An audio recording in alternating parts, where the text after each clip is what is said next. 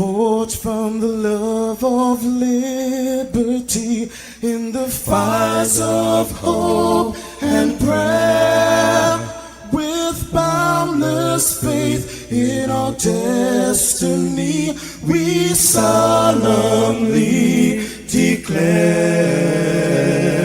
side by side we stand, islands of the blue Caribbean Sea, this our native land. We pledge our lives to thee. Here every creed and race find an equal place, and may God bless our nation. Here every creed and race find an equal place,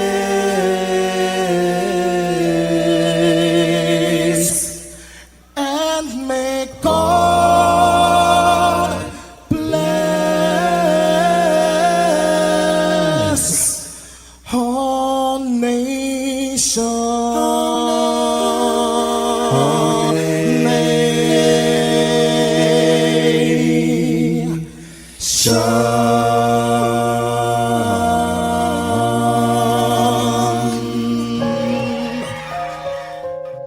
Heavenly Father, we come before you at the start of this new day, giving thanks for life, for health, and the opportunity to serve through this station. We ask for your divine presence to guide us in all we do.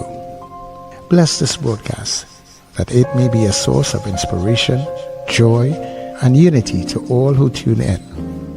Whether near or far, may our words uplift, our music heal, and our message bring light to those who need it most. We pray for our listeners wherever they may be.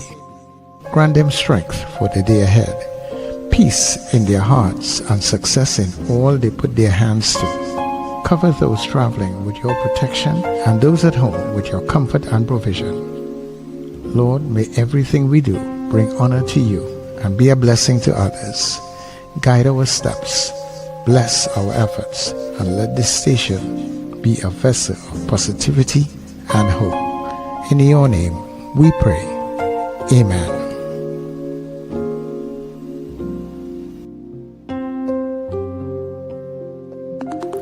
Your voice, your soundtrack, your station. New Era TT Radio. NETT Radio.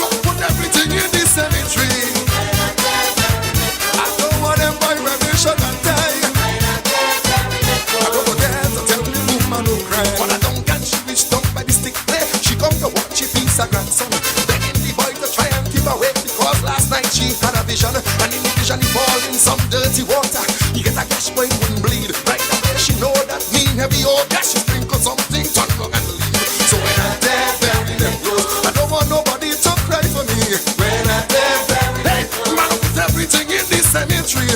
When I there, bury them close. I don't want them boys when they shut and tie. When I there, bury them close. Hey, don't forget to tell me, boom, I don't cry. Ribby boom, bing, bang, bang, oh, yeah.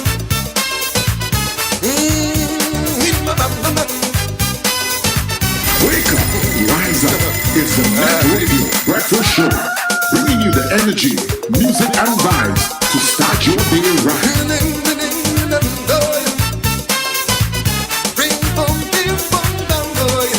And of course, yes, that is what we are committed to, making sure we start your day right.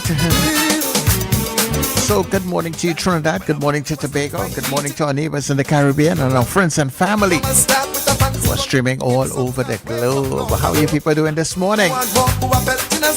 Carnival is approaching. All they coming? All they here yet? Well, I hope that those of you who are here having a good time, and those of you who are on your way, well, hurry up and get here, all right? Good to be here with you in the land of the living. Good to be here with you on New Era TT Radio, NETT Radio, the heartbeat of the Caribbean. And yes, we take you above and beyond each and every day. Let me say good morning, and of course, thanks to the Heavenly Father for bringing us together for another day, and all that we do, dear God, let it be a blessing unto you. Sir Charles, that is me. Happy am I to be in your company. Happy am I to be here with you on your Get Up and Go. Welcome everybody to the Breakfast Show. Yeah, yeah, yeah, yeah, yeah, yeah, yeah, yeah, yeah, yeah, yeah, yeah. Wake up, it's a brand new dawn. The Breakfast Show got the vibes turned on. From Maracas Bay to the Savannah line, let's start the day in Caribbean prime. Oh, oh, good vibes rolling through the air. The Breakfast Show, energy everywhere. We talk, we laugh, we make you think. Grab your doubles or your morning drink.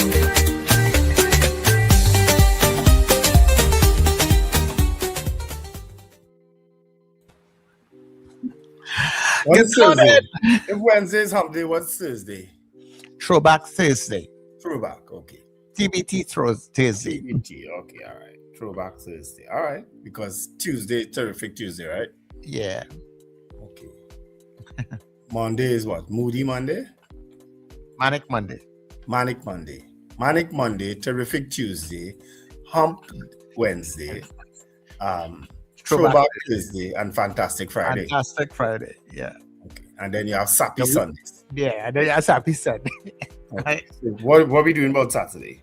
Saturday is a grown and sexy Saturday. Grown and sexy. Grown and sexy. GROWN or GROAN? It's one of those words that you can use any which way. But I was always okay with the WN, but you put a whole new twist in it. I love it. I love how you put it that. Yeah. Oh, Lord. My mind is warped sometimes.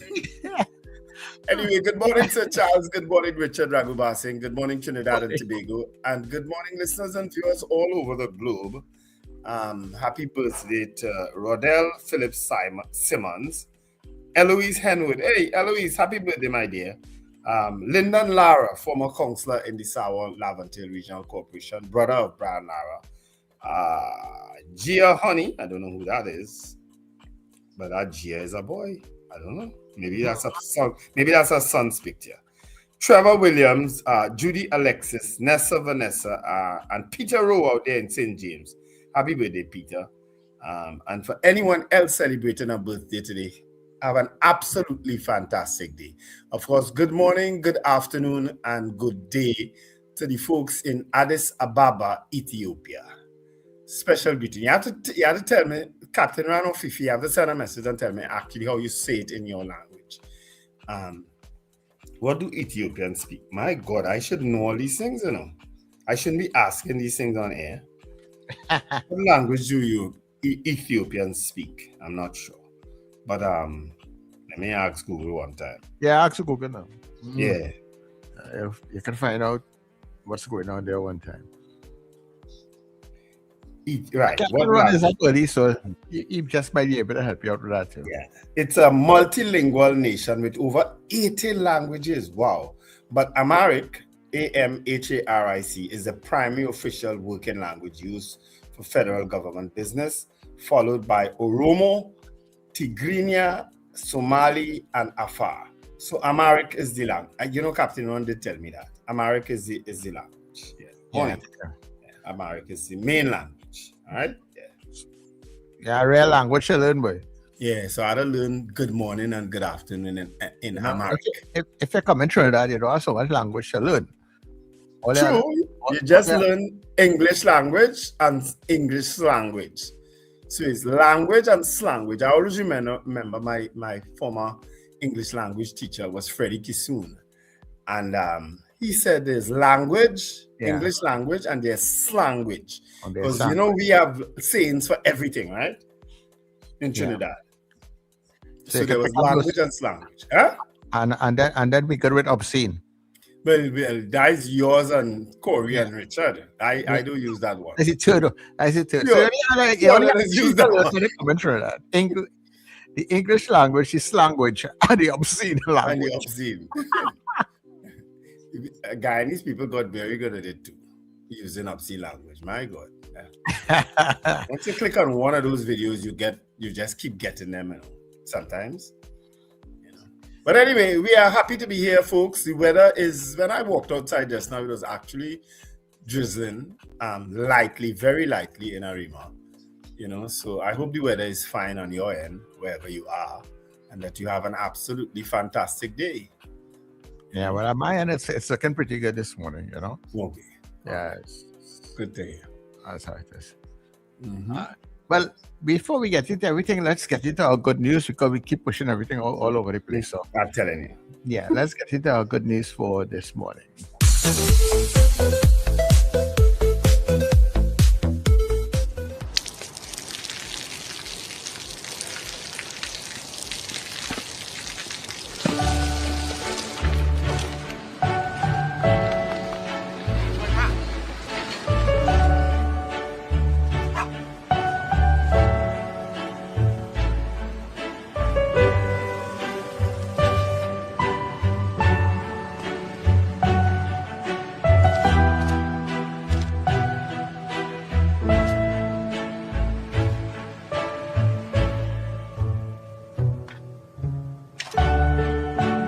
เขาจะได้อะไรถ้าเขาทำแบบนี้ทุกวัน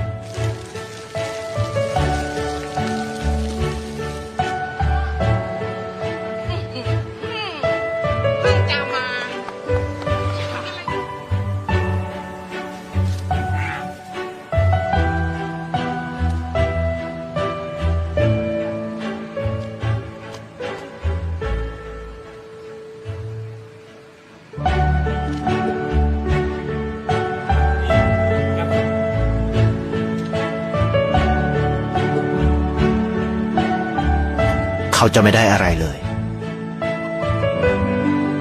ไม่ได้รวยขึ้นไม่ได้ออกทีวีไม่มีใครรู้จักไม่ได้มีชื่อเสียงที่มากขึ้น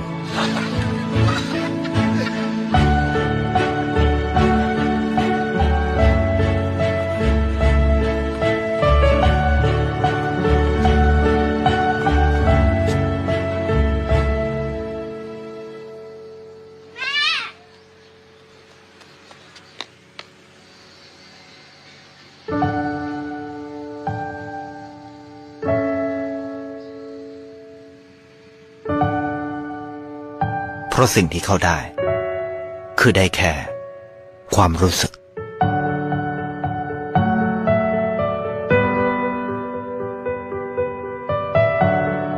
ได้เห็นความสุข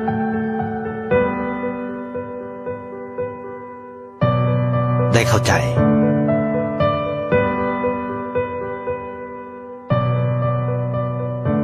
ได้ความรักได้ในสิ่งที่เงินซื้อไม่ได้ ได้โลกที่สวยงามกว่าเดิม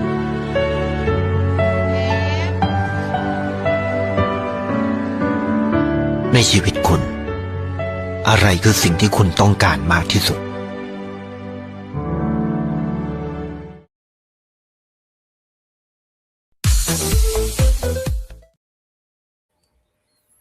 Yeah, that's a very old advertisement, and it never fails to tug at your heart whenever you see it. It never fails to tug at your heart. How do you manage to interpret it? Yeah, is it Japanese? I'm not too sure. Yeah, it looks Korean. The author did say. Yeah, it might be. You know. Hi, good morning, guys. Good morning, Richard. And good morning to our listeners and viewers, wherever you are. I was trying to edit that last minute video you sent Wendell, which took a little time. So I mean, I kind of edited some of it, so I think it could just only show a portion of it when it's completed rendering. But it's such a long video. Yeah, it's long. A while to load, and it's taking a while to render. Even though I kind of chopped some of it. I think we should tell people what the video is about. I don't know. Maybe some people would have seen it, but it started to circulate late last night into the morning. An extended version of the video of the shooting of the young man, Joshua Samaru, and his girlfriend. It's a video after the shooting that the same camera captured, and it captured audio also, just like in the first part of the video. But you it's a wanted to video. show it now? Huh? You wanted to show it now? Oh no, I thought you said it had to finish rendering before it. Oh, it did. The computer ain't that slow. Okay, all right. Okay, well then show it. Let people see it. Okay, but just end it at a certain point once it's going on too long. No problem. No problem.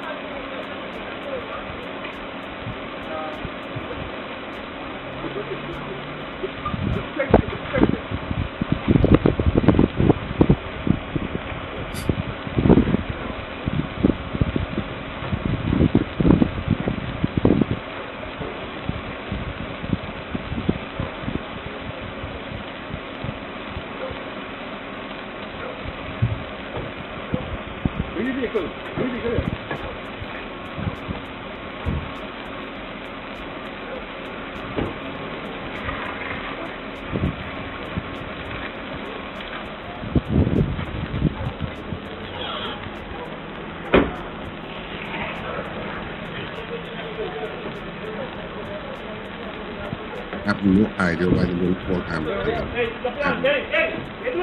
Why what? They don't call an ambulance. Yeah. They pack people in the back of a, I don't understand that. Close the back here. Huh? And they close down the front after. Yeah, I don't understand that. Maybe somebody who was part of the TPS can explain that.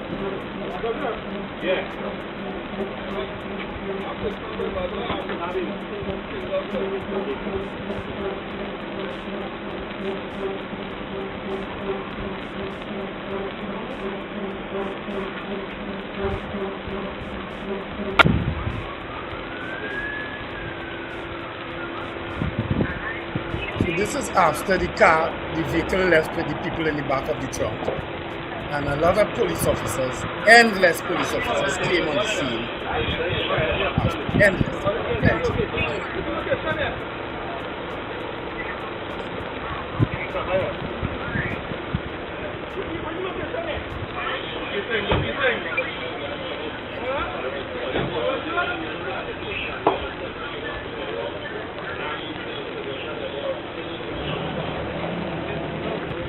Now, who is this lady in this red skirt? Is she a police officer?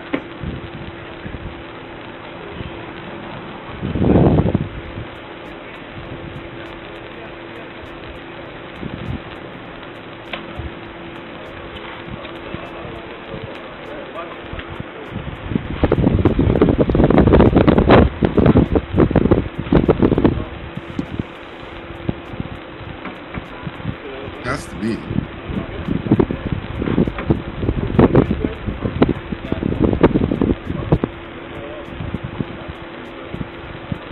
Now, these are officers reaching inside of the car, touching the car, around the car, looking in the car.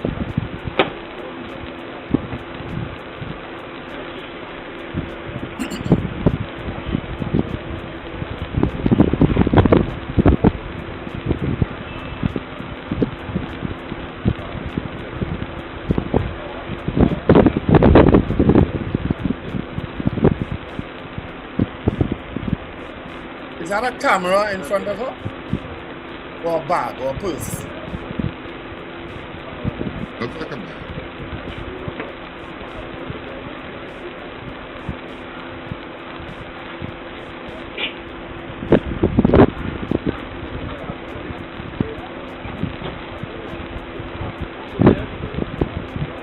It's obvious they don't know that camera existed there. That particular camera was right there. It's obvious they don't know. And that particular camera is so well positioned.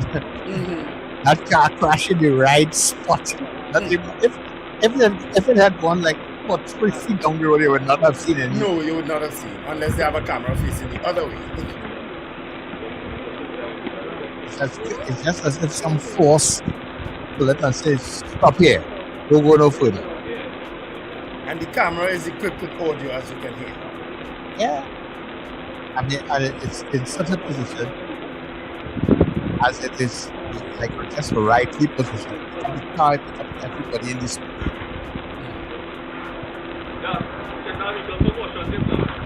And now they ask for caution tape to secure the scene. It didn't come till long after the way.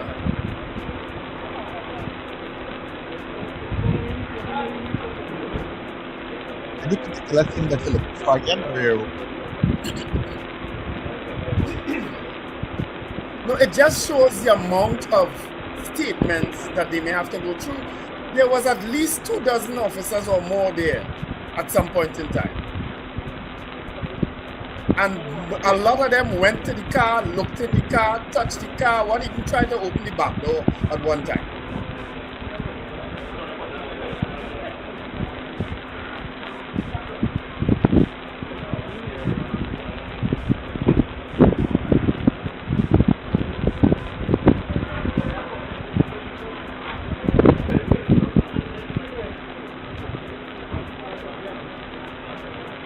Alright, but it's kind of long to be at. We have to go.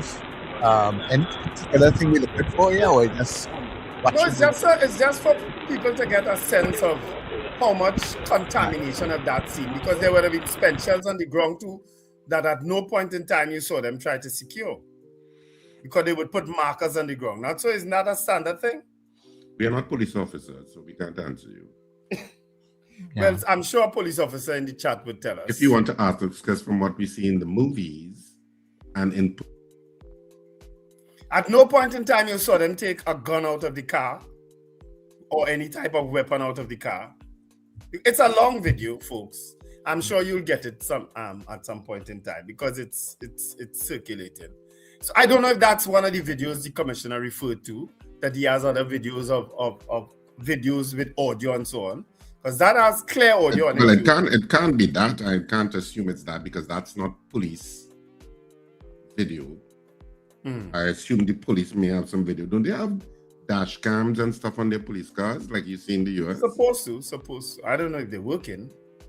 Like if you watch a show like The Rookie, I don't know if you ever watched the police procedural The Rookie, but in The Rookie, they always show you body cam footage. So when they go to an incident, they always switch.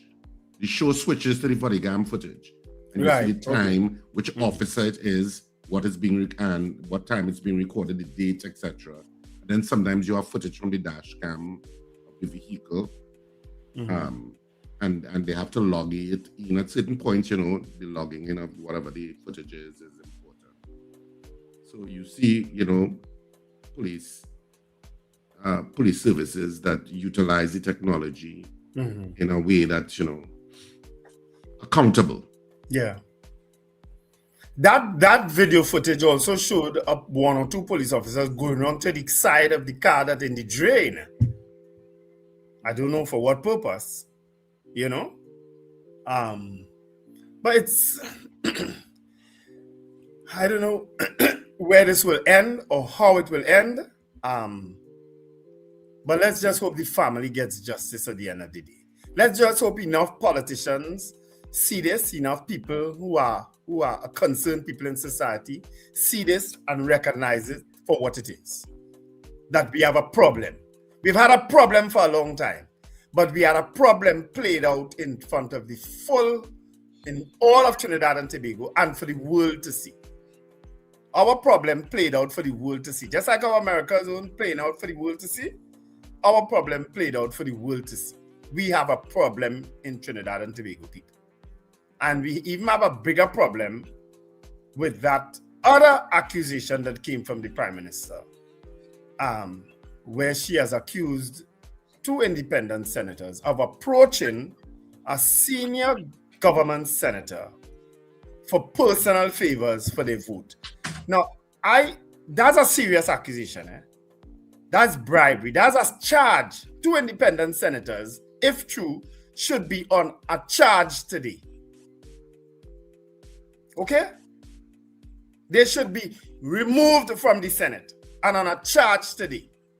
If what the Prime Minister says is true. This is a good time to change the independent bench. Good? This is an opportune time. Have a lot of vagaries in between it. Well, we had to go based on the report. Yeah. The Prime Minister said that even the leader of government business in the Senate, Daryl Alaha, had a comment to make when approached. He had a comment to make. He said, and I quote, because they spoke to independent senators Vera and Francis Lewis. Daryl Alaha said, "Why don't you ask each of them?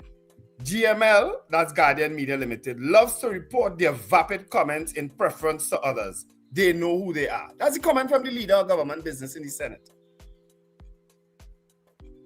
Why don't you ask each of them? Of course, Guardian reached out to quite a few of them, including Sophia Choate, senior counsel, who said when asked if she approached any government member to ask for a favor in exchange for her support, independent Senator Sophia Choate said, "First of all, I am not aware of what the Prime Minister said.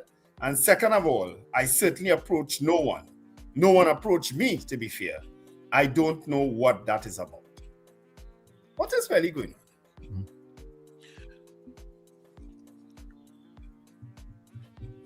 What is really going on in Trinidad and Tobago? And why is it also that if that is the case, if it was a senior, she took it from the point of a senior government senator, she said that they approached? Yes. So we can at least get that person's name. Well, who do you consider if it's government that is on your side, I should be able to say they approach Senator so and so. And did the Prime Minister report this to the police? I mean, we should be changing the independent bench this morning if that story, if it's true, if that accusation is true. Well, what is the intent of saying something like that if you're not going to go further and reveal the names?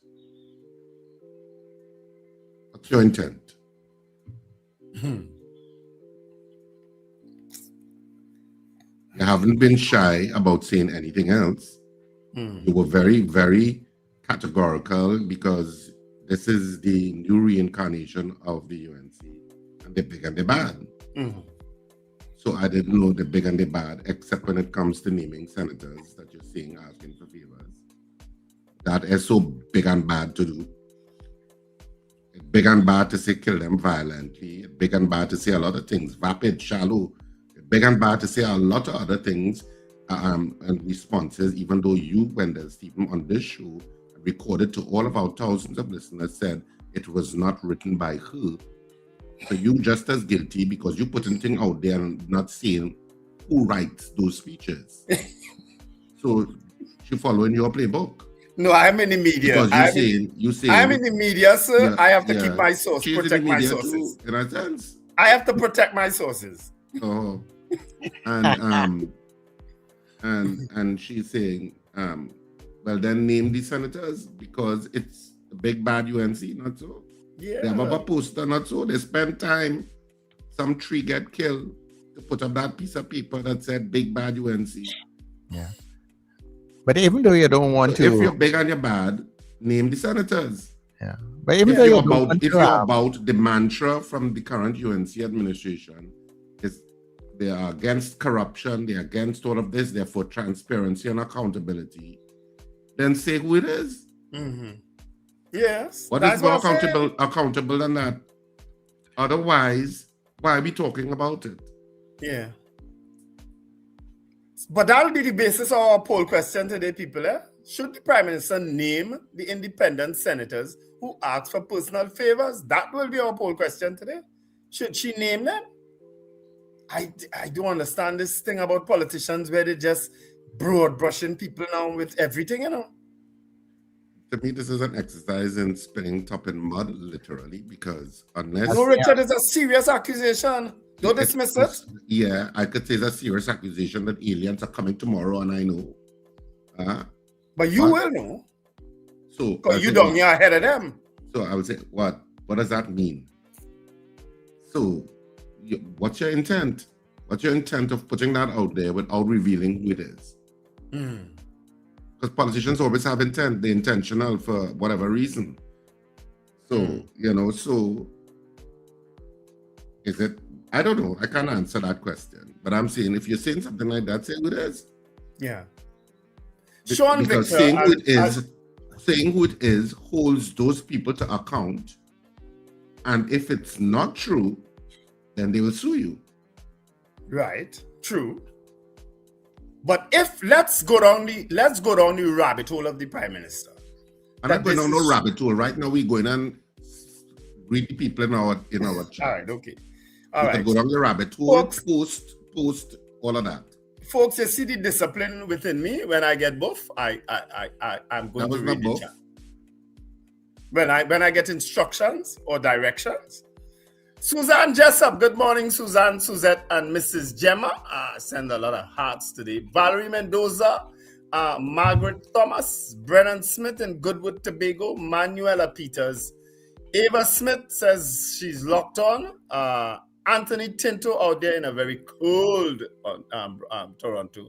Apollonius, Wendy Ann and Frank James, Diane Payne, Slick Money Grip, Kathy Ann Charles and Arlene in Bronxville, Texas, Marlon Motley, in North Valsayn, Melissa Nelson Arthur in Charflair, Ingrid in Tucson, Arizona, Carol Guevara, Debbie Modest, Gavin Frank, Michael Cadet, Carla Hercules, Sherma Paul, Florence Bazi, St. Morning Kings and all chatters, Robert Taylor, Wayne Ramsey in Fort Lauderdale. Hi, Wayne, you're not coming for Carnival? Sherwin and Juliet Kerr, Julia Samantha, Boy Bidesi from Debe, Ian Stewart, Magic, Grand Rising, Trinidad Margot, Trini Merle Kitchen in Oshawa, Ontario, Margarita Chow. Is that the person you say you met? No. Thank you for the birthday greetings. Joyce Phillip, Raymond Piggott. This is a new name. Good morning to the breakfast crew. Have a great day. David McCarthy, Eunice Dublin, Robert Harper. Lenley says this cannot be before CSI got there. Nah, man, it was. Valerie Mendoza, if they knew there was a camera, they would have seized it. Where the gun, where all the weapons, says Finbar Collins. Doreen Pierre, Stick Money Grip is also asking to see the Minister of National Security investigating. Michael Oliver, it done end Wendell. No, that's a long video. Slick Money Grip, be careful, she's been advised. Magic, it's crazy that such an accusation is made and not an not end in information was sent to the police. Junior Wickham, morning Wendell, why are you falling for the bait? Which bait is that, Junior? Michael Oliver says politicians don't talk on politicians. They don't even make jail. That's probably very true. Beauty Culture says, good morning, Richard Phillip. A lot of chat here. Katian Townsend, the purpose is to cast aspersions on all 9. Ambrose Blah, good morning. Florence Bazi. Oh, God. A lot of chat. Sean Victor made a comment here that I suspect may be accurate. This is more than the PM being big and bad. The intent is very strategic. The real target is the president. What I find shocking is that the public seems surprised by this UNC behavior. Well, not surprised, but at the same time, we can't continue like this, Sean. Sorry, it just doesn't make sense. Richard Phillip. Okay. Joyce Phillip. Kenny in Harlem says good morning. Let me try to get new chatters now. Hilary Zan, good morning. Merle McComey, Rena Jennings, Bernadette Yates. Richard Phillips says good morning. Robert Harper, the intent feels to destabilize the future rulings from the independent. Well, that can't happen. And Lincoln Foxtrot says, Wendell, don't get caught in the trap. What trap? I get caught in, I give in. Oh, they don't understand me by now. Well, they clearly don't understand me by now. Yeah, so our poll, as I said this morning, should the Prime Minister name the independent senators that ask for personal favors? You understand? That's what our question will be. All right, Hillbench, good morning also. So, Charles, you have any? Yeah, we have a few people on the WhatsApp this morning. So, Frank out there in Aruka, good morning to you. Ron DeSantis, good morning. Sankofa, Zena, Rena Bruno Jennings, Judith in rainy Mount St. George, Tobago, Peter Wilson, Mr. Beeps in Pity Valley, Colin and Kelly, Karen Ash people, Charmian out there in New York, Evans David, Kent, Captain Ron in Orlando, Mahi in Columbus, Ohio, and of course also to Fifi in Addis Ababa. Lincoln, good morning to you also. And Reyes and Susan, good morning to everybody. And of course, our Gael family. We hope you are there with us this morning. Yeah, so we're going to take a break. All you have to sing today. Or let's start to work on all your song and thing early. Right? We're coming back. Hey, you. Yes, you. I'm talking to you. So you think you can sing, huh? Well, then be part of our Carnival Karaoke. You know what? I don't like that name. Let's call it Carnival Karaoke. Carnival Karaoke. We'll call it Karaoke. Yeah, so you can be part of our Carnival Karaoke on the Breakfast Show on New Era TT Radio. Yep, it's happening Monday to Friday at 7:50 a.m. starting Monday the 19th of January, and all you have to do is sing a verse and a chorus of your favorite calypso, soca, chutney, old or new.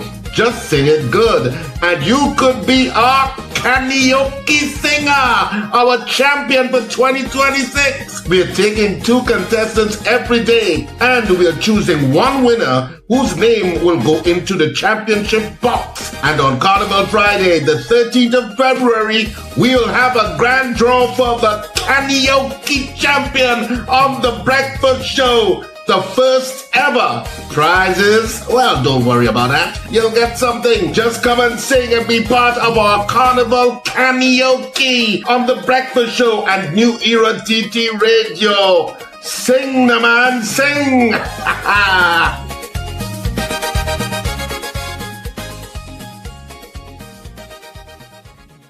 Jump into savings at Furniture Plus. Enjoy up to 40% off in-store and online. Find amazing deals on furniture, appliances, mattresses, and more. Plus extra discounts on credit plans and free gifts with select purchases. Save more at Furniture Plus today.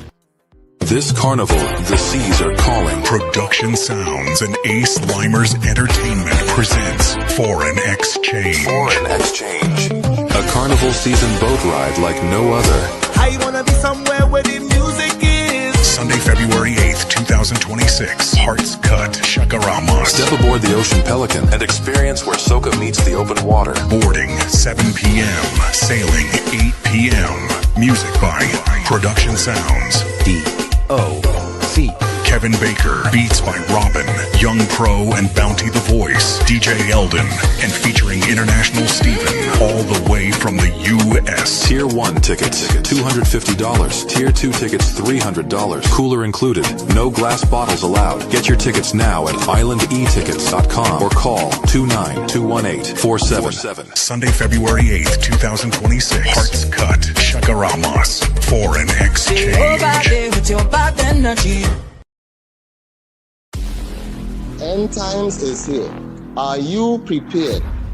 Check us on New Era TT Radio or NETT Radio with Brother Raka and Brother Yata Zakawa on Mondays from 7 to 8 p.m. End times is here. Stay tuned.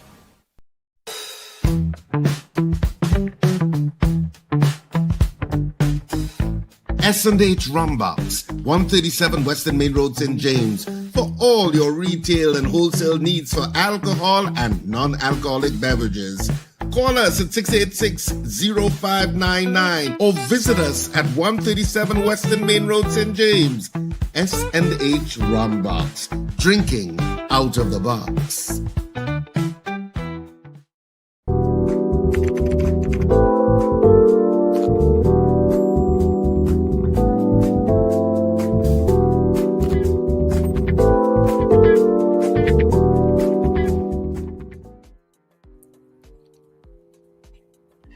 Of course, we can go straight into newspaper headlines.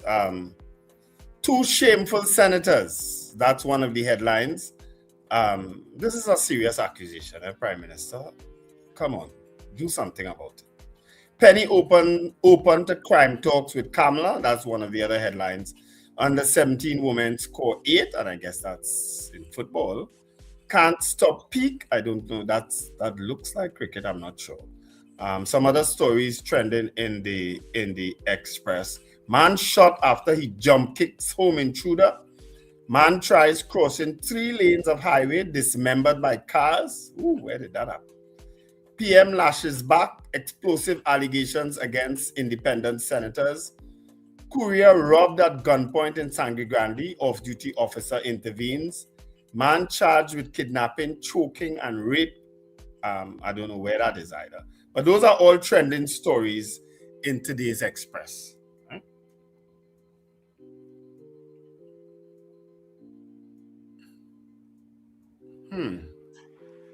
So Charles, over to you on The Guardian. You know the news. Don't you stay?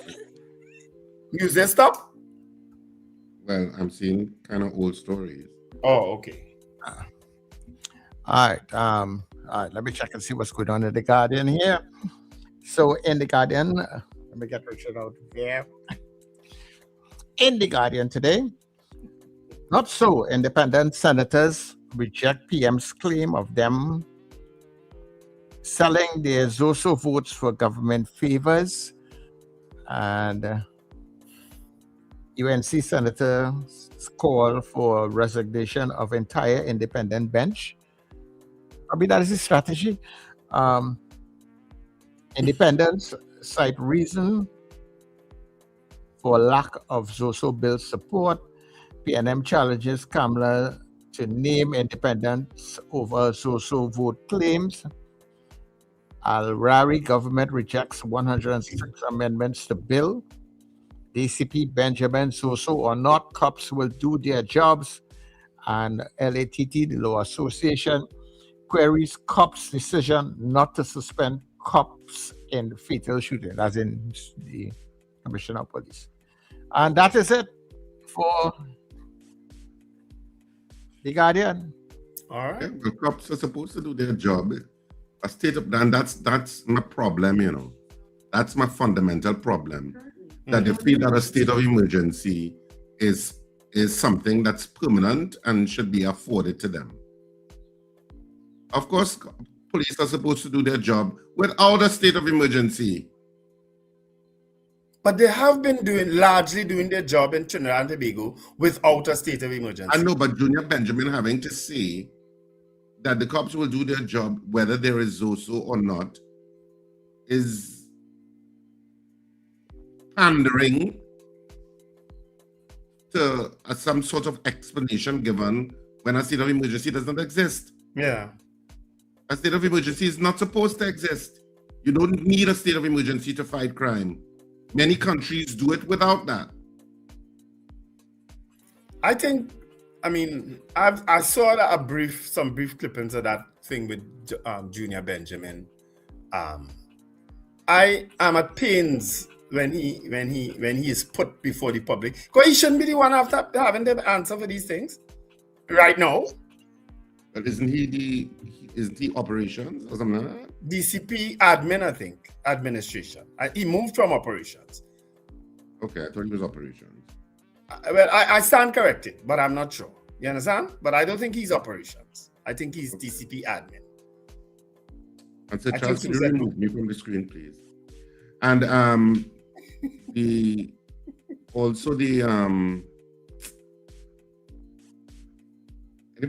think we're going into Did You Know at this point. Anyway. Yeah, before just we come back to take calls and put up the poll. Yeah. That's all right.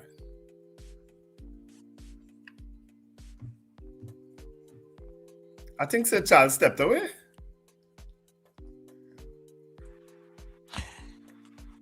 Sir Charles, are you there? Yeah, guys, I'm here. Did you know segment? Go straight into it so we can take some calls. Sorry about that, guys. That's all right. We know it is when you get into the age. That's what Richard, it sounded like he was mumbling something. Sometimes he was trying to mumble some stuff that sounded that way. Sorry about that, Richard.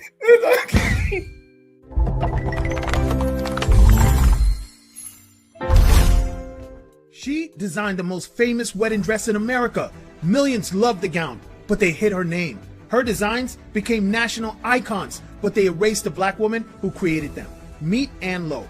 Born in Alabama in 1898, raised by dressmakers who served wealthy families, she took over the shop at 16 after her mother passed. She studied design in New York. She was so good that they put her in her own separate classroom. She finished the program in half the time. Her skill outpaced everyone around her. Ann built a quiet empire. Society women trusted her. Debutantes lined up for her sharp lines and hand-cut flowers. Her clients came from America's richest families. The Rockefeller daughters wore her gowns. The DuPont family bought her couture. The Roosevelts chose her for formal events. The Vanderbilts entered society in her designs. Debutantes from New York to Palm Beach followed her lead. Even Saks Fifth Avenue carried her work before anyone printed her name. Then came the wedding watched across the country. In 1953, Jacqueline Bouvier, who would later become known as Jackie O, asked Ann to design her dress for her marriage to John F. Kennedy, who would later become the president. 10,000 hand-sewn details. A burst pipe ruined the gown days before the ceremony. Ann rebuilt the entire dress overnight. The country praised the beauty, but they refused to say her name. Her gowns sit in major museums today. Designers study her precision. Every wedding designer chasing perfection follows her path. Put her name in the credits. Ann Lowe. Share this story so she is never hidden again.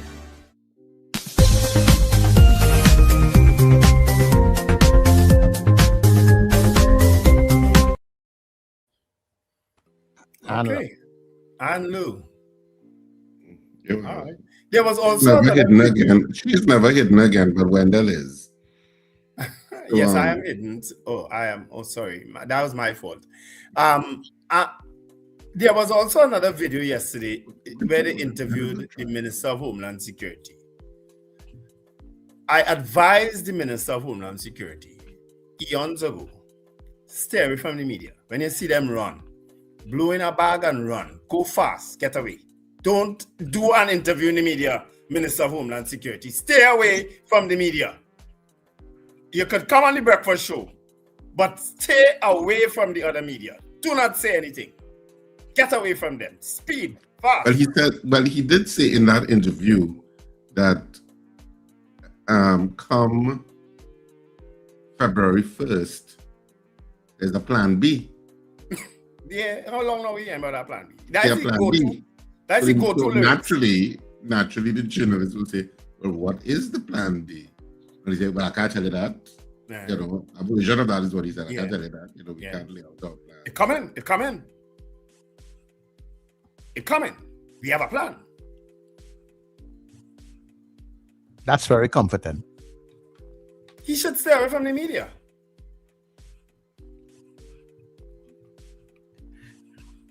I am looking forward to the revitalization plan. Yes. And Julie John. And on what we didn't really give an update on what happened with the UAE. I saw some of the press with the UAE officials visiting some of the sites and dancing for that revitalization plan. I saw that. But I don't know what is the decision-making process post that. But you know, I am looking forward to see how that revitalization plan plays out. And as I said, I love the energy of Jillian John in terms of how she moves. Yes. But she does some. Well, her team. Let me see. Her team does some TikTok videos. Yes, a lot of PRing. Yes. Yeah, that shows her being very energized, which I think works in her favor. You know. Yeah, so, I agree. So I'm looking forward to seeing where that goes. Well, obviously, the tutor issue is still playing out because obviously many teachers didn't turn out to work yesterday because schools were virtually empty, and I could tell that by the traffic. Because not down St. James side. But I can tell you in the east, I can tell by the traffic that obviously there were less students out. Okay. So it was easy because I had to leave Arima at around 3, which is usually peak traffic time. And there's usually a kind of, lined up traffic of people going to pick up children and stuff. No, there was none of that yesterday. But I was trying to leave St. James between 2 and 3 and turn back because the traffic was horrendous. I turned back and went back to St. James and didn't leave until after 6 because it was terrible down in the west. Terrible. Well, I don't know if that was schools or something else. No, well, I passed by Fatima School that just over, and the place was just traffic. And I don't know what these parents, there is a whole area to pull over to pick up people in Fatima, children. These parents like to drive and stop in the middle of the road to pick up the children. Because like they're on the phone, outside or approaching so and so, and they're stopping in front of the gate on the crosswalk, all how in front on Mokrapa Road to pick up the children. You understand? Because after you pass Fatima, the road is clear. It's ridiculous. Anyway, we're taking your calls, 2811315. We're taking your calls. Our poll is, well, you know the poll. So I know a lot of people some people started voting on it since 6:37. So we'll go back to those votes when we count it. But of course, our poll today is, should the Prime Minister name the 2 independent senators who asked for personal favors to vote for Zoso? All right? That will be our poll today. It will go up eventually, but you can call now and weigh in on any of the topics because so many things running simultaneously now in Trinidad and Tobago. So many different things. But guess what's not happening? No drug boats are leaving Venezuela and no oil tankers. It's dried up, people, completely. Not a single drug left Venezuela since they captured Nicolas Maduro. None. No drugs. Isn't that amazing? Well, I saw a post with President Rodriguez saying that he's not taking orders from the U.S. Richard, your mic is giving a little... That whole Venezuela situation has gotten a little murky. You assume the U.S. military assets are still in the region. There's no update even on that, but No. so you have to assume they're still in the region. And well, you're not clear on what the plans are for Venezuela, because a lot of the oil executives this is from media reports, a lot of the oil executives were reluctant to just say that they were going to invest in Venezuela because they didn't like the risk. So they were very lukewarm to it. So I don't know. I'm not so sure what's happening in terms of the relationship between Venezuela and the United States at this point. Right. Well, it's not clear to me. I don't know if it's clear to somebody else, but it's not clear to me. Well, let's take the calls that we invited. Caller, good morning. Hi, good morning, Sir Charles. Good morning, caller. Morning, Richard. Good morning. And good morning, Wendell. Good morning. So, my opinion on this is like they didn't say anything before the votes were cast on Tuesday, in case whoever it is, the key senators go along with whatever she said. Now, the thing is, by not saying who it is, it casts aspersions on all 9 of them and making her supporters and the like thinkers believe that her so-called president senators are not good people. And the president should recall them and name a NETT batch. And to me, she more wants the president to recall them because they don't know who is who. But I believe Ms. Kamala Prasad, the successor, is going on a dangerous road in Trinidad, like where we have dictators living in countries like that. She is taking us for, she's taking some people for fools, and some people are really buying into it, and she will not get away with it because lives will catch up with her. I told her to say for now. All right. You know why I don't understand about the story too? 2 independent senators asking for favors couldn't sway the vote anyway, couldn't help you. You needed 4. So it's 4 people that ask for favors? Or you had to approach 4 people? It's not 2? 2 couldn't help you? Yeah, well, they didn't say they approach her, they said anyhow, Ms. Sampson, good morning. Senators approach a senior government. Morning, gentlemen. Yeah. Morning. I think Madam's so vexed that she didn't get that Zozo go through that she going to do anything. I do not believe anything comes out from this woman's mouth. If that did happen, that should have been taken care of long before the bill didn't pass. You see my point? Why didn't you nip it in the bud then? Why you wait till all this time now to mention it? Yeah. Is Kamala we dealing with? I understand. The thing about it, you don't know when it happened. Suppose it happened just before the vote. Yeah, true. You just shouldn't say when it happened. Yeah. You're right.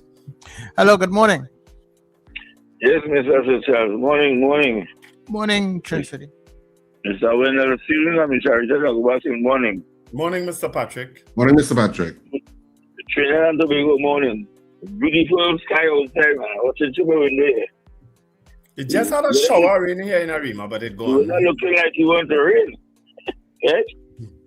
You're not looking like you want to rain. What are you called for? You know all this? Who want money and who want favors and who want this and who want that. You know the public and Trinidad and Tobago want the biggest favors? You know what people right now I see? You lost the job, right? You know what people I know lost job in Trinidad and Tobago? January month. January. I wonder, well, what's going on? How these people going to survive? You got rent to pay, mortgage to pay, food to buy for children. What is going on in this country right now? Like nobody care about people survive. And they want to call for zone and this. But this zone and talk, I was listening to Mr. Alexander last night. He said they missed the opportunity to upgrade the community with the zone of peace. So you can't do that. You can't do that before that. Yeah. So Charles. Yeah. Oh, anyway, when Mr. Patrick done. Yeah, why you put a ledge there? Why you put a ledge in between 2 and independent? Because I think if we don't put a ledge, it's like we add credibility to the statement, you know. Well, you could put allegedly asked for personal favors. You could put 2 independent senators who allegedly asked for personal favors. Richard, you're the lawyer. Either one works, I don't care.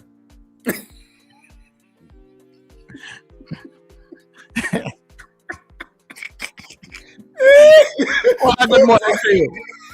No legal advice is forthcoming on this point in time. All right, okay, we'll fix it, right? All they know what we mean, right? At the end of the day, all they know what we mean, right? Okay, cool. Hello, good morning. Good morning, gentlemen. I'm calling deaf. I was listening to the program on YouTube on my phone. I'm in the vehicle right now. And so I want to highlight 2 things. 2 things was absent from that video. There are two definite actions you will see when police find a gun. There's one, when they find a weapon, the actions all after finding a weapon is to clear it. If police had found a weapon in that vehicle, you would have seen a police officer physically handling that weapon with care, removing it out of the vehicle and clearing the weapon. That's the action you would have seen. Another thing that they do when any organization find a gun, there's a celebratory moment. When although they kill somebody, they will be high-fiving and yeah, we get a gun. It's a celebratory moment for military people and paramilitary people. I never see that. None of that. I never see people celebrating when they find a gun.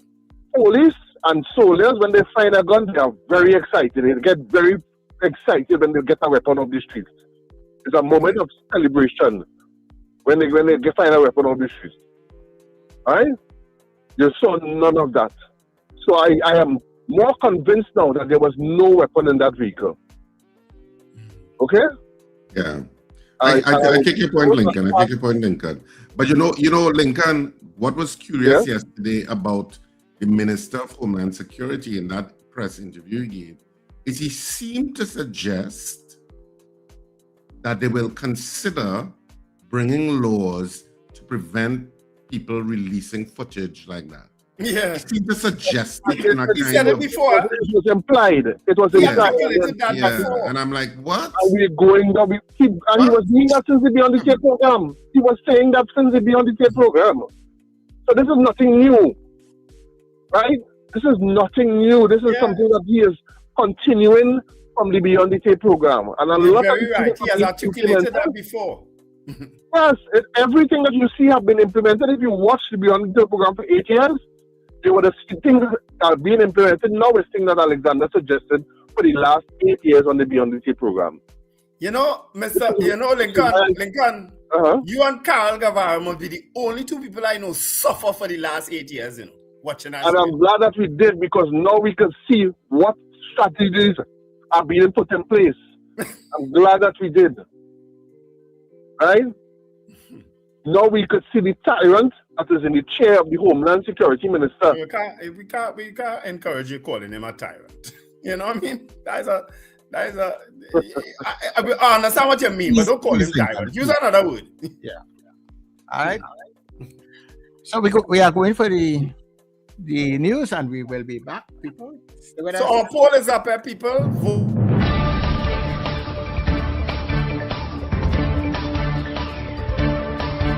The news you need, the clarity you deserve. Local, regional, global. This is NETT Radio News now. This is news on New Era TT Radio and Guile Caribbean TV for Thursday, the 29th of January. I'm Derek McMillan. Hello, everybody. Prime Minister Kamla Prasad Bisesar has accused two independent senators of seeking personal favors in exchange for supporting the Zones of Special Operations bill, which failed in the Senate on Tuesday.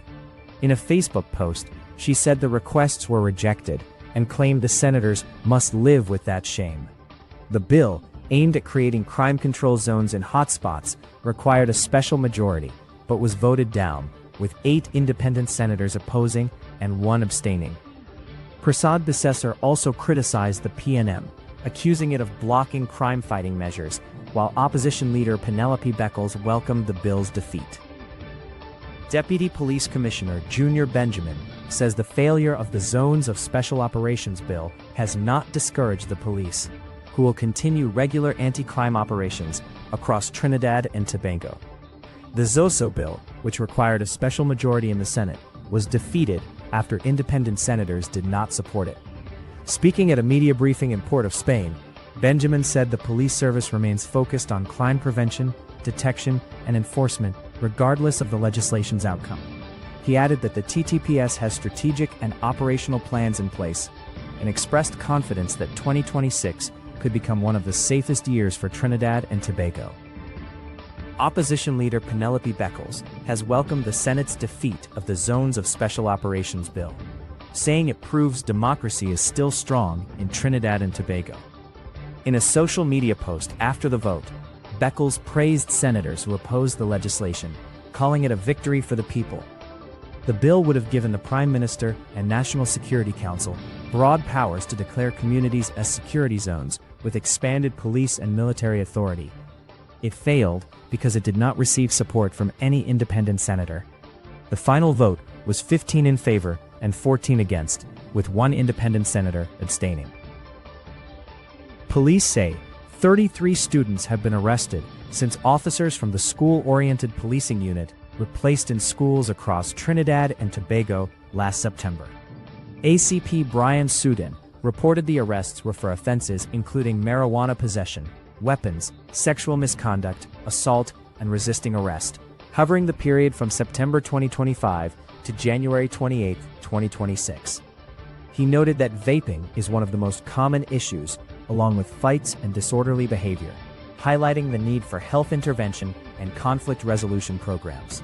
Sudin said decisions on expanding officer deployments will be made by the Ministry of Education, where necessary. Police have charged a man in connection with a serious incident reported in the Barrackpore area. Investigators say a woman reported being threatened and taken against her will to another location in Princestown during the early hours of Sunday. Following enquiries, including medical documentation, witness interviews, and identification procedures, a suspect was detained and later charged with multiple offenses, including kidnapping and rape. The accused appeared before the South Masters Court, was granted $250,000 bail with conditions, and was ordered to report to police several times a week and remain away from the victim. Police say investigations are continuing. In international news, Donald Trump has warned Iran that time is running out to negotiate a new nuclear deal as the U.S. increases military forces in the Gulf. Trump said a large naval armada is moving toward Iran and warned that future strikes could be worse than past attacks. Iran's Foreign Minister Abbas Araghchi responded that Iran is ready to respond immediately to any aggression, insisting its nuclear program is peaceful and not aimed at building weapons. BBC Verify reports increased U.S. deployments, including fighter jets, cargo planes, and the USS Abraham Lincoln Carrier Group in the region. Tensions remain high as both sides exchange threats, but no formal talks are underway. And that's the news as we have it at this time.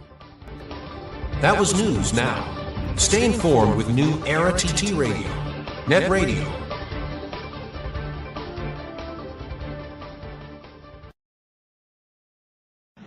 Your mid-morning just got better. Join Sir Charles for the mid-morning mix and mingle, where good music, real talk, health, and family matters come together, and your voice is heard. Whether you're at work, on the go, or just taking a break, this is the perfect mix to keep you engaged, informed, and entertained. The mid-morning mix and mingle, weekdays, 9 a.m. to 12 noon on New Era TT Radio, NETT Radio.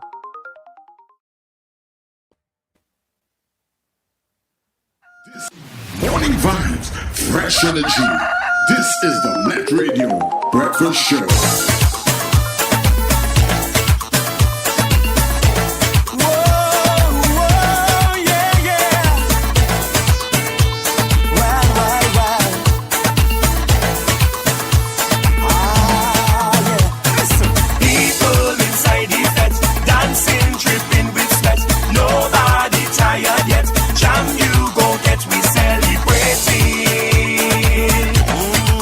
Pure love, no 18.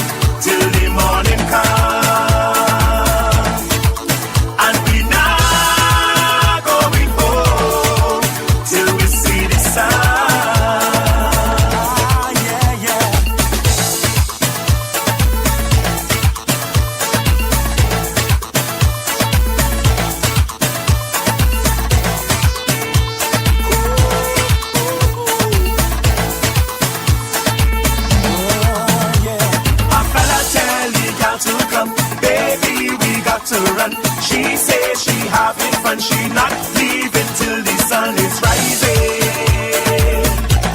And there's no compromising. The friends see what going on, start pressure in the man. Why you don't leave she alone? She having fun, look how she whining. Man, you should be grinding.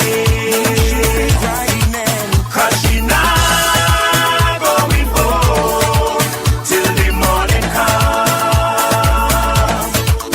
And we not going home till we see the sun. Say we not going home till the morning come. And we not going home till we see the sun. Mornings just got better. You're locked into NETT Radio Breakfast Show. Fueling your day with the best music and real talk. And I tell you, that is an unstoppable combination you're talking about there, right? When we talk hard. When we play music, we make sure we play the very best music, yeah? Entertainment is priority. So, good morning to you once again. Welcome to the second hour of the Breakfast Show. And if you're not sure where you are, of course, you're tuned in and listening to New Era TT Radio. NETT Radio taking you above and beyond, right? Also, good morning to all the folks who are listening in on Gael Caribbean TV. Thank you so much for joining us, all right?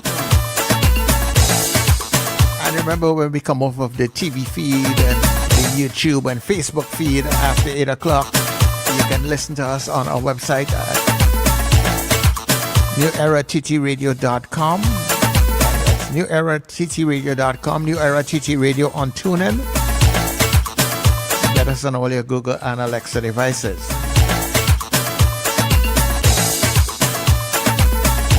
And don't forget to like and subscribe to our channels. Follow our channels also. And don't forget to support, donate to the channel so you can help us to stay where we are. And to all our advertisers, thank you for being with us. And for those of you who are thinking about it, give us a call now. 299-5156. We got some really fantastic advertising packages for you. So give us a call. Give us a call, right? Let's do some business. All right. So the poll is up. Remember, you're voting yes or no to the poll. All right. So while we go and play the ads and come back, just to let you know, just move around some stuff, right? Oh, the waited. Right, should the PM name the 2 independent senators who allegedly asked for personal favors, right? So that's what we're asking you this morning. Yeah, you're voting yes or no, and we'll tell you how you voted when we come back, right? Remember, coming up just before 8 o'clock also, it's karaoke day. You get to sing your favorite calypso, chutney, soca. And you don't have to be from Trinidad and Tobago. We're still waiting for some people from the outside who are listening to call in and sing all your favorite calypso and stuff. Get your name inside of the box. Carnival Friday, we're going to do the draws. And who knows, you could be our karaoke champion, right? But you have to get your name inside of the championship box first. So yeah, we'll be back. Hey you. Yes, you. I'm talking to you. So you think I can sing, huh? Well, then be part of our Carnival Karaoke. You know what? I don't like that name. Let's call it Carnival Karaoke. Carnival Karaoke. We'll call it karaoke. Yeah, so you can be part of our Carnival Karaoke on the Breakfast Show on New Era TT Radio. Yep, it's happening Monday to Friday at 7:50 a.m. starting Monday the 19th of January, and all you have to do is sing a verse and a chorus of your favorite calypso, soca, chutney, old or new. Just sing it good, and you could be our karaoke singer, our champion for 2026. We're taking 2 contestants every day, and we're choosing one winner whose name will go into the championship box. And on Carnival Friday, the 13th of February, we'll have a grand draw for the karaoke champion of the breakfast show. The first ever prizes. Well, don't worry about that. You'll get something. Just come and sing and be part of our Carnival karaoke on the breakfast show and New Era TT Radio. Sing, the man, sing.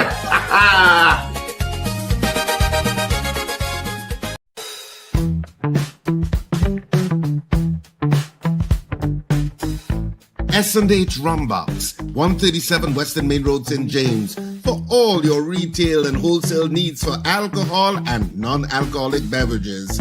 Call us at 686-0599 or visit us at 137 Western Main Road, St. James. S&H Rumbox, drinking out of the box. End times is here. Are you prepared? Check us on New Era TT Radio or NETT Radio with Brother Raka and Brother Yatazakawa on Mondays from 7 to 8 p.m. End times is here. Stay tuned.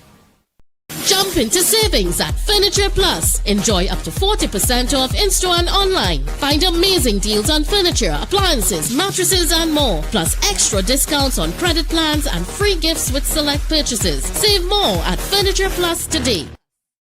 This carnival, the seas are calling. Production Sounds and Ace Limers Entertainment presents Foreign Exchange. Foreign Exchange. A carnival season boat ride like no other. I wanna be somewhere where the music is. Sunday, February 8th, 2026. Hearts Cut, Shakarama. Step aboard the Ocean Pelican and experience where soca meets the open water. Boarding 7 p.m. Sailing 8 p.m. Music by Production Sounds. D.O.C. Kevin Baker. Beats by Robin, Young Pro, and Bounty the Voice. DJ Eldon. And featuring International Steven. All the way from the U.S. Tier 1 tickets, $250. Tier 2 tickets, $300. Cooler included. No glass bottles allowed. Get your tickets now at islandetickets.com or call 29218-4747. Sunday, February 8th, 2026. Hearts Cut, Shakaramas. Foreign Exchange. With your bad energy.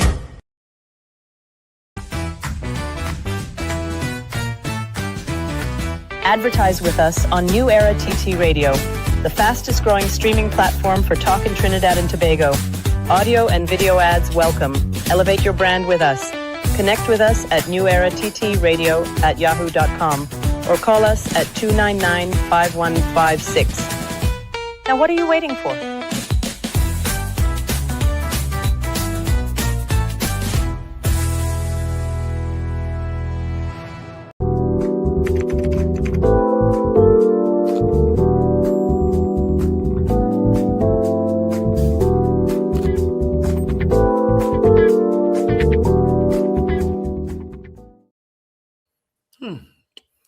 News and information is becoming fast and furious now. Jeez.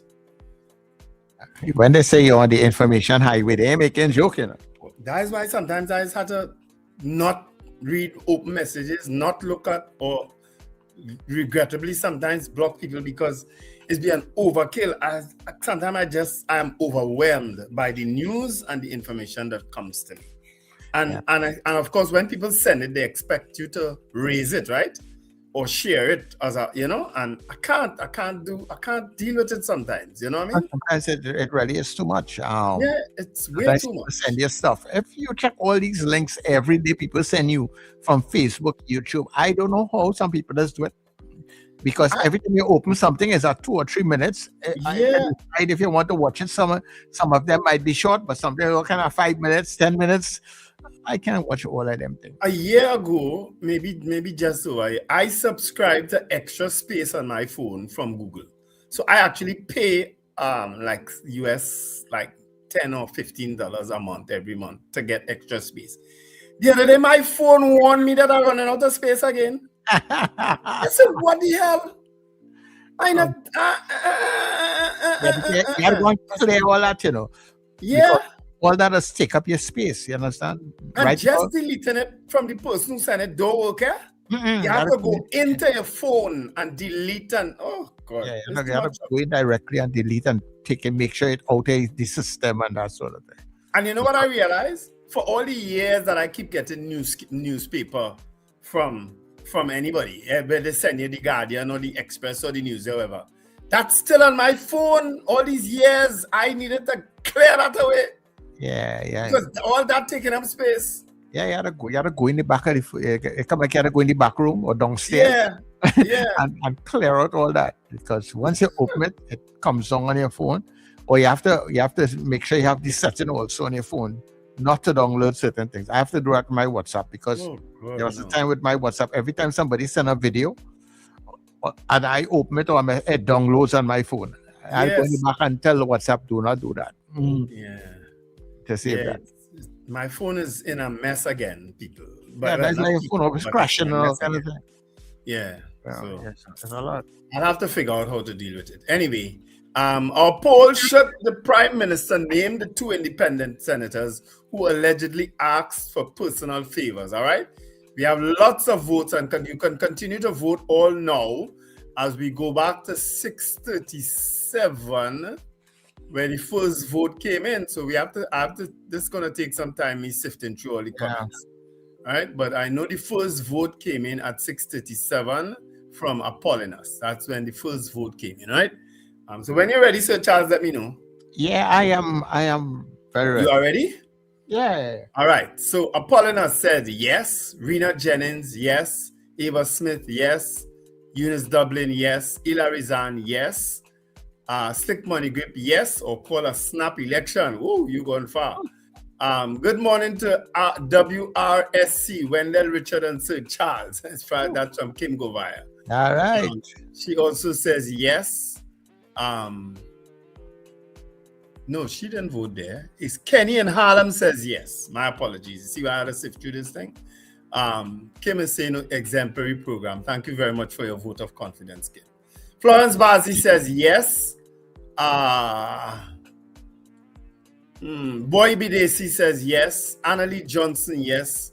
Joyce Phillip, yes. Black Leo, yes. Colted Finch didn't vote. Margaret Thomas, yes. Kim Govaya votes yes. Shoma Paul, yes. I'm not encouraging that Colted Finch. I ain't saying police should go there, but the parents need to be a little more mindful that not everybody going to pick up a child. People just want to pass by that age. Colted Finch votes yes. David McCarthy votes yes. Michael Cadet, yes. Gregory Boyer, yes. Morning, Gregory and Kathleen. Ian Stewart, yes. Beauty Culture, yes. Diane Payne, yes. Helen Prescott, yes. Richard Phillip, yes. Josie Richardson, yes. Bernadette Yates, yes. Marlon Motley votes yes. Where are we? Yes, the president still has just over 2 years to go in the term, so there's nothing they could do about the president right now. Let me see. Curtis Patrick, yes. D-Mark, yes. Avion Abraham, yes. Pearl Cordis, yes. Magic, yes.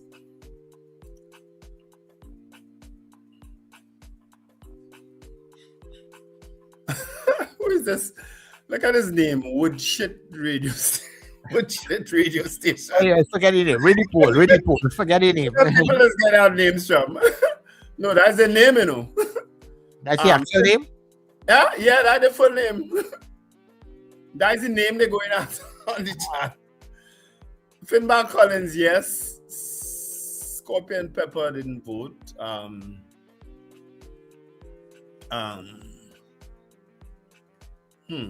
Florence Bazi says yes. Miguel Gonzalez, yes. Michael Robinson, yes. Morning, Michael. I'll see you a little later. You and Hiroko. Kazim Mohammed says yes. Then Scorpion Pepper says yes. Carl Guevara, absolutely. I think that's yes. Robert Taylor, yes. Michael Oliver, yes. Right, let's go down the chat now. Dave Gosine votes yes. Wayne Ramsey, yes. Welcome to Trinidad, Wayne. I think you're coming in over the weekend. Margarita Chow says yes. Ozzy Molino, yes. Reina Roberts, yes. And Trini Mull Kitchen, yes. Those are the votes I have, Sweet Charles. Okay. Okay, let's see what we have on the WhatsApp. While I make some adjustments around here. Right. So I have Miss Dabadi saying yes. Ron DeSantis saying yes. Frank saying yes. Kenwin saying yes. Miss Sampson saying yes. Cena, I didn't get your vote, I get your comment. Peter Wilson says yes. Brenda Impinal says yes. Joanne says yes. Raymond said yes. Judith in Tobago says yes. Boom. Okay. Anthony didn't vote, right? No problem with that. I think that's what I have here, Wendell. Let me just scroll down a little further. Right. I think that is what I have on the WhatsApp. I have one more vote. One more vote from Mr. Flavor says yes. All right. I don't think anybody said no. No. 54 people on the chat today, and 54 of them said yes. All right. All 54 says the Prime Minister should name the independent senators, because you really end up casting aspersions on all 9 when you do that. You stay in all 9. You know what I mean? And that's not, well, you know what, in politics, I guess that's all par for the course. I don't know that the independent senators, I don't know that it's any worse than calling them bootlickers and brown nosers and vapid and shallow. So this is consistent, I guess, with them now asking for personal favors to vote for you. But again, 2 independent senators, let's go down that road. The 2 independent senators did in fact ask for personal favors. First to begin with, what is the personal favor they asked for? What did they ask for? That's one. And the second one, 2 independent senators couldn't help you pass Zosu. You needed 4. You understand? So you were still too short. And but that all depends on if the independent senators ask, or if it's I am asking them. So You mean if the government can ask the independent? Yeah, they. So if you're saying they ask, they come to you, right? Mm-hmm. They would have gone too. So, yeah. They came to the government, the senior government senator, and say, so and so asked me for a little contract to do something, or for a job for his son, or a job for his daughter. You had to say what the favor was. But I think even more than that, because in reality, I don't expect that any names will be called. I don't expect that what it is going to be put outside there. Politicians do that all the time. They talk in a very vague kind of way, with things like that, and make allegations against people and that sort of thing. And it's up to you to look at the person in a particular way, even whether he was in office or after he leave office. That person will will always tell you in your neighborhood family, always so and so, all you do so and so. You understand? So they tarnish your name like that. And because we are in this age of litigation, nobody's name is going to be put outside there, Wendell. Nobody. And what is even worse, because seeing that you are saying that they came to a government senator, I feel that is as the Prime Minister, that person is on my side. I should be able to say, and they came to Senator Wendell and he asked for favors. True. Identify who is the senior government senator too. Yeah, then if that is the case. Yeah, then we can go to the next poll. Should the senior government senator be identified, the one who was approached by these 2 independent senators? Because that is in your camp. You're right. Yeah, that's in your camp. So it could be like if it was you, they can say, well, they talk to me directly and they ask me, you know, but they ask my senator. So who's that senator that you have? Yeah. You know, are they prepared to put that person's name outside there? That they were comfortable with. And Because that's you would have had to be neither. comfortable approaching somebody like that to say, hey, I want so-and-so done. All right, and I'll gain you my vote. You identify the senior government minister, because you remember yesterday when we interviewed Tahaka Ubika, he kind of went through the whole list of the government bench as to who just there, or who you consider who will talk, who's a waste of time. Well, yeah, he cleverly did the first. So you see, you understand how the thing does work. You understand? Yeah. Right. Yeah. So, Yeah. This for the people who suggesting this certainly does not warrant the resignation of any independent senator as yet. We ain't reached that space yet. You understand? First, we have to be sure that it is. Identify, and then who accused must prove. Oh, you're a lawyer today, boy. Yeah. So if you're accused, you must prove. So people accuse me, I think I was never able to prove it, but yeah. So in here, say, you understand, if nobody write you and send you a text and say, well, here God, if they want my vote, put 6 figures in this account for me. Yeah, something. Yeah. So Around that. The world of politics is so muddled. It is so very corrupted and muddled. It is amazing. It is amazing how some people, it's amazing how I survived, Lord knows. But I was at a very low level. So yeah. But I don't expect this to go any further where that allegations are being put out there. I don't really expect it. I don't know if the independent senators could file any kind of motion against this situation also, you know. Somebody suggested some sort of an apology on behalf of the independent bench, you know.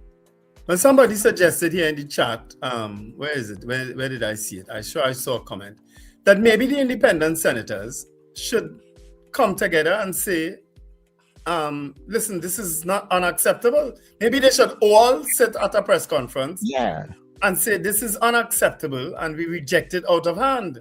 You understand? And we call on the Prime Minister to either back up what she's saying with a police report, because bribery is a serious offense. Back it up with a police report, or just simply withdraw your statement. And that is the problem with some politicians, you know. They say things now and they're not willing to say, okay, I was wrong, I'm sorry. You understand? I misspoke. None of them, nobody doing it. The commissioner himself too, the other day, when he misspoke about this incident. You understand? Now there's further video showing a whole 30 police officers entering a crime scene without a care in the world. Yeah. And you know, and that is one of the things that the PCA has always talked about that they didn't have, because like when they were asking, I think, for when something like that happens, that they should be called to take control of that crime scene, you know. Yes, that's one of the requests. To prevent contamination and all those different kinds of things that could happen. I don't know if they got that power, if it exists, but you can try and see if we can hook up with David West at some point in time. Yeah. To find out what has been happening where that is concerned, and if there's anything, any additional powers that they have been asking for, if they start to get body camera footage, because remember he said with all the investigations they were doing, they had no footage from any of the thing. You know, so a lot of things. But Wendell, you saw this picture? Yeah. I sent it to the chat, not so.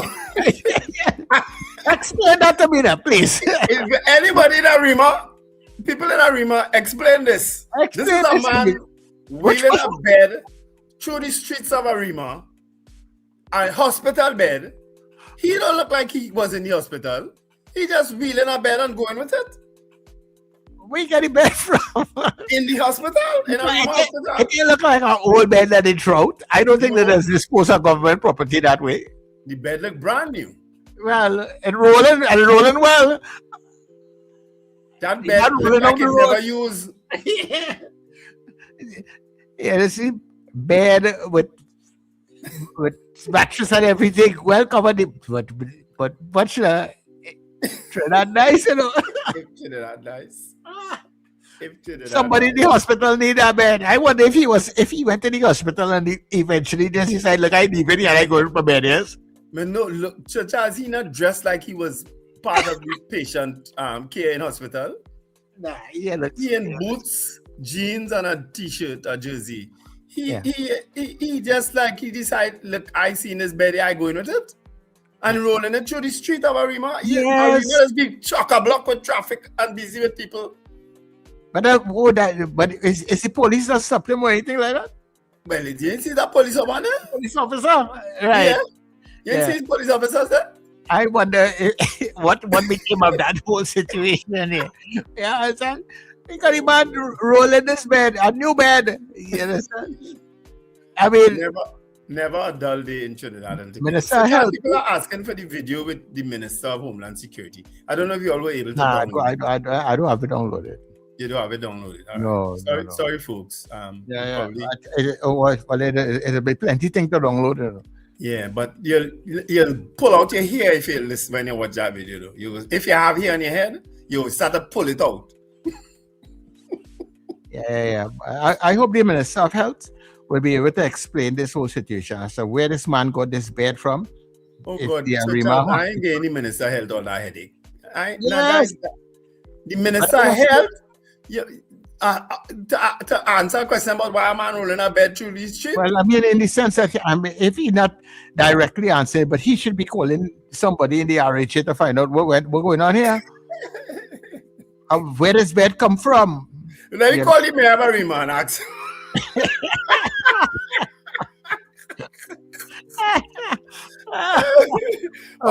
Richard from Arima. Richard, why is this man rolling a bed through the streets of Arima? Richard is his second in command. Oh Lord. Anyway, we can open up the lines, people. We do have a guest. Tomorrow is our culture corner, of course, and we will have a guest on our culture corner. The president of the TCCBA. He is supposed to be our guest tomorrow, Mark Iron. You talk a bit about Carnival. You don't ever hear anything about NCBA again. You only hear about TTCBA now. You know, so They still have an NCBA? I don't know, you don't hear about them anymore, but they're supposed to be part of the NCC board. All right. As far as I'm aware.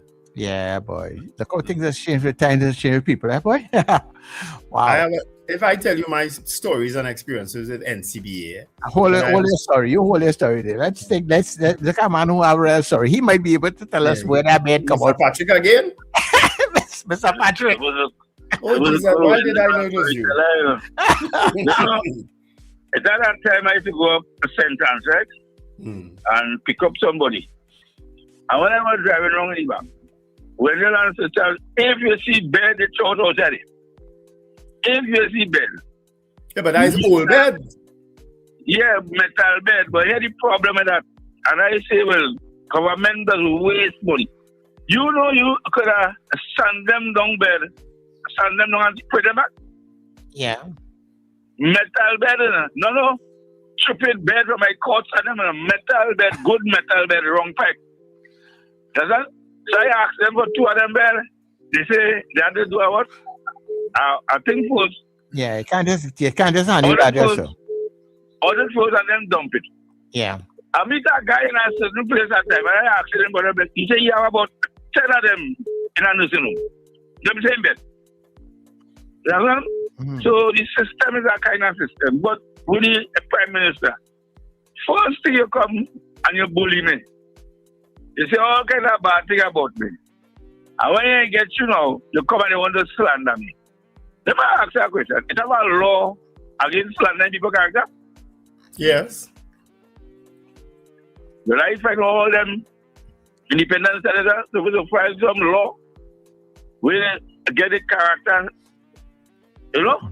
Assassinate the character. That is not good. Yeah. Because something wrong with that. You can't be doing that unless you have evidence with a tape where they came and they recorded. You understand? And with our AI now, they might be able to do that to you. Well, maybe the prime minister is also just repeating what some government senator told her. You understand? Because I could go and tell my prime minister anything and say, boy, so and so going on. Listen, prime ministers are not immune from people making mischief, you know. I could tell you about that, you know. Prime ministers are not immune from people going to them and giving them wrong information and mischief. Yeah, yes, how to basically sift through all that information that come in, you know. Caller, good morning to you. Virginia. Good morning, gentlemen.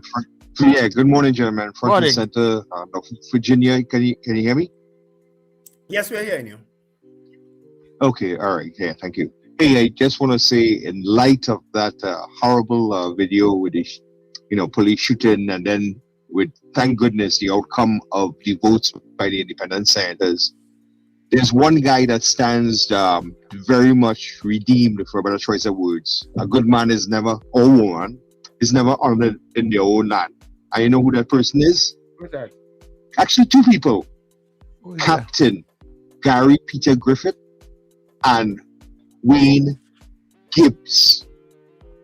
Because everything that they stated and what they have been successful in starting and getting reversed by both administrations has showed that that's where the core of the problem is. So I stand with that, right? Gibbs was a white man from Canada. What he doing here? Definitely the police service has embedded culture, and one of you used the term, to call it a cancer, and it's unfortunate because the good guys, as I've seen in every, whether it is a squadron, a unit, or paramilitary or military institution, right? Or in this case, like a police service, the good guys seem to be and appears to be outnumbered by the bad, but that's not necessarily the situation. And it's much easier to say, hey, why the good guys don't speak up? Guys, if you're really in that position, let's say you've been there, you would see. You gotta make a choice. Goodbye. Yeah, anyway. Have a good day, gentlemen. I'm almost at my destination. Yeah, no problem. Thanks very much. Every time I get a chance to tell Gary Griffith that I am so vexed with him, you talk yourself into a job and then talk yourself out of it. Every time I get a chance to tell him that, I am so upset with you that you were the person they brought, after Dwayne Gibbs, that is, you were the person they brought from outside to try to fix that problem, because you figure the governments don't know that that problem can't be fixed from inside. They know that, you know. That is why they would have taken the chance with Dwayne Gibbs, and that's why the PNM, Dr. Rowley, would have taken the chance with Gary Griffith, because they know the problem can't be fixed from within. They know that. I mean, the PNM, when they appointed Gary Griffith, didn't foresee COVID coming and changing up things, you know what I mean? But they knew that the problem cannot be fixed from within. This government recognize that too, you know, at some point in time. I just wanted to say something. I just wanted to say one thing before you take that call, Sir Charles. Oh, go ahead. Mr. Patrick, in his commentary just now, say it not like the old bed or stupid bed he has get from courts. I don't know where he gets his information from, and I have two co-hosts that did not correct him. I didn't hear that. Honestly. Yeah, but then you need to hear it because you're a host. And we don't know if Courts is going to be a sponsor of this show eventually. So, Mr. Patrick, you're out of place. That Court sells wonderful furniture. Yes. Or they could continue now. Mr. Patrick, yeah, and at the end of the day, as we stand now, go and buy your furniture from Furniture Plus. You won't have any problems. Just do that. Exactly. Caller, good morning to you. Morning, gentlemen. Morning, caller. This allegation by the Prime Minister on the independent state senators, all right? should not be treated as any trivial matter. And when I'm saying that, the Prime Minister is what they consider friend, means that you have an obligation under law to report any infractions that may align to breaches in terms of the law itself or practice. If there is an allegation that independent citizens tried or made an attempt to elicit bribe in order to favor in terms of national function, then you have an obligation to carry that to the police. You have an obligation to address that to the public in a form of transparency. You should be not making these allegations and then retreating into the shadows. You should be able to come before the national public and at least, if you don't want to identify who are the independent senators, because maybe that you want to allow the police to do their relevant function, but you should be obligated to identify who is the government senator or minister that was approached, at least, right? Yeah. You should by now be able to face the media and take questions. There's something that is flying over our heads at the moment in terms of the two Trinidadians that were killed out on the international waters by United States forces during actions against drugs interdiction, right? And that matter is before the court. Yes, it'll be interesting to note. Yes, and it'll be interesting to note, based on the outcome of that case, whether the International Criminal Court will be taking action, and if it is that we are in breach of in making certain statements in support of those actions. Right, gentlemen? Yeah, thanks very much. That's what I call it. And this may very well be the trigger for that matter to go into the International Criminal Court. That matter, where the families taking personal action in the United States, may very well be the trigger for that. We'll see. We already have to wait and see. Hello, good morning. Well, the US is not a signatory to the International Criminal Court. Yeah. And then all these things have to reach certain thresholds. And who do you carry? I don't think they could carry individuals from Trinidad and Tobago. You have to carry Trinidad and Tobago. No, you could carry individuals before the International Criminal Court. I know, but Richard, I hear you with that US, but I'm not speaking about the US because we are. So that's we are signatory. That's where the caller went down at the end of his presentation about our involvement in it. Yes, we are a signatory to the International Criminal Court, yes. Yeah. All right, caller, good morning. Hello, good morning, fellas. What you're all doing?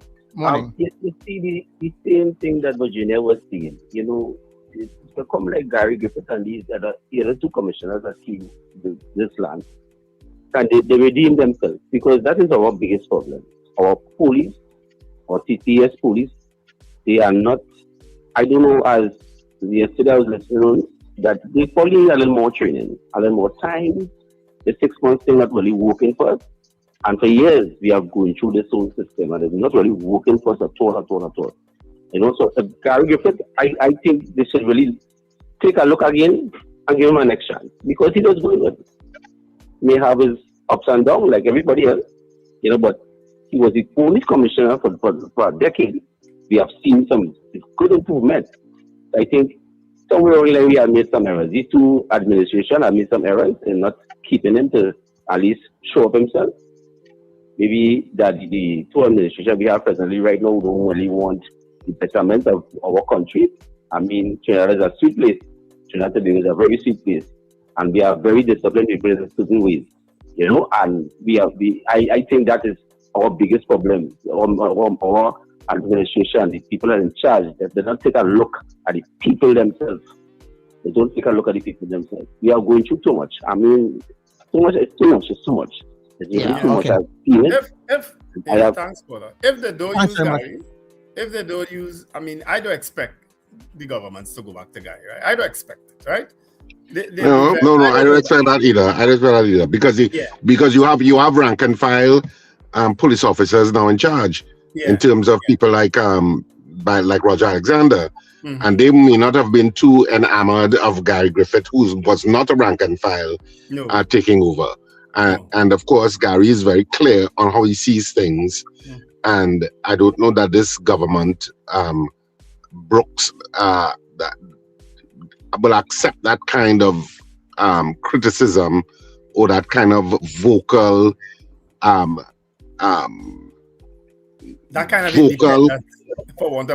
independence, so to speak, in terms of a police commissioner. Because everybody kind of toes the line right now. People don't say anything. Well, under the PNM too, to be fair, unless somebody break away. The party structure of both parties kind of keeps people in line. All right, caller, good morning.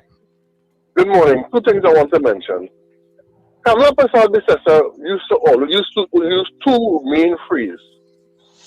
He who accuses must prove. And the other phrase she used to use is, if you have the evidence, take it to the police. And I want to use remind Kamala those two phrases and please, and defeat her to apply it to herself. All right? But could you kindly refer to her as Prime Minister rather than Kamala? She's not your friend. Could you refer to her as Prime Minister, please? We used to do that with Dr. Rowley and correct people. So you can't call her Kamala. She ain't your friend. You ain't eating with her breakfast water this morning, okay? You're absolutely right. Because you say respect to the demand of Dr. Rowley, we should give it to Mr. Kamala. Exactly. Right, no. And you're absolutely right. Thanks for the correction, Richard, and I take your correction with a pinch of salt. The other thing I would like to mention, I would like to thank you all, really. I want to thank you all for not interviewing Gary Griffith again. Right? Because it's the most narcissistical interviews that I have ever heard on this program. And Gary Griffith could never do an interview or a blog without talking about, when I was in charge, 58% of the country had 58% confidence in the police service. Well, he want to remind you of his good works. And I did do this. And it's the most narcissistical interview you could ever hear. Gary Griffith could not have an interview without talking about I. So I want to thank you all for not interviewing Gary Griffith, please. At the end of the day, and you're right. You're absolutely right about how he speaks of himself and things. But guess what? He ain't lying, at the end of the day. But I said the man lying. he will say it over and over again. I do this, I do that, I do the other, I did this, it happened under me. Because it's true. He don't be lying. Because it's true. Exactly. He don't be lying. You might like the way the man speaks. And talking the truth. But I talking the truth. Yeah, you remember the time when they really did the poll and how people felt about the police service when Gary came in. I mean, the whole thing changed and then it gone right back again. So the man ain't lie. No, anyhow, he ain't lying about nothing. Interesting, yeah. Well, the lines busy. I want to keep the lines busy, just like our little talking politics. Let me go into karaoke right away. Hey, you. Yes, you. I'm talking to you. So you think I can sing, huh? Well, then be part of our Carnival Karaoke. You know what? I don't like that name. Let's call it Carnival Karaoke. Carnival Karaoke. We'll call it karaoke. Yeah, so you can be part of our Carnival Karaoke on the Breakfast Show on New Era TT Radio. Yep, it's happening Monday to Friday at 7:50 a.m. starting Monday the 19th of January, and all you have to do is sing a verse and a chorus of your favorite calypso, soca, chutney, old or new. Just sing it good, and you could be our karaoke singer, our champion for 2026. We're taking 2 contestants every day, and we're choosing one winner whose name will go into the championship box. And on Carnival Friday, the 13th of February, we'll have a grand draw for the karaoke champion on the Breakfast Show. The first ever prizes. Well, don't worry about that. You'll get something. Just come and sing and be part of our Carnival Karaoke on the Breakfast Show and New Era TT Radio. Sing, the man, sing.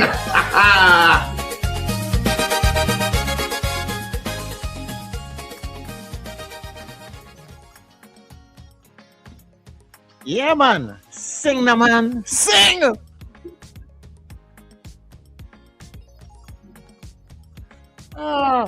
Okay, so we are back on the inside.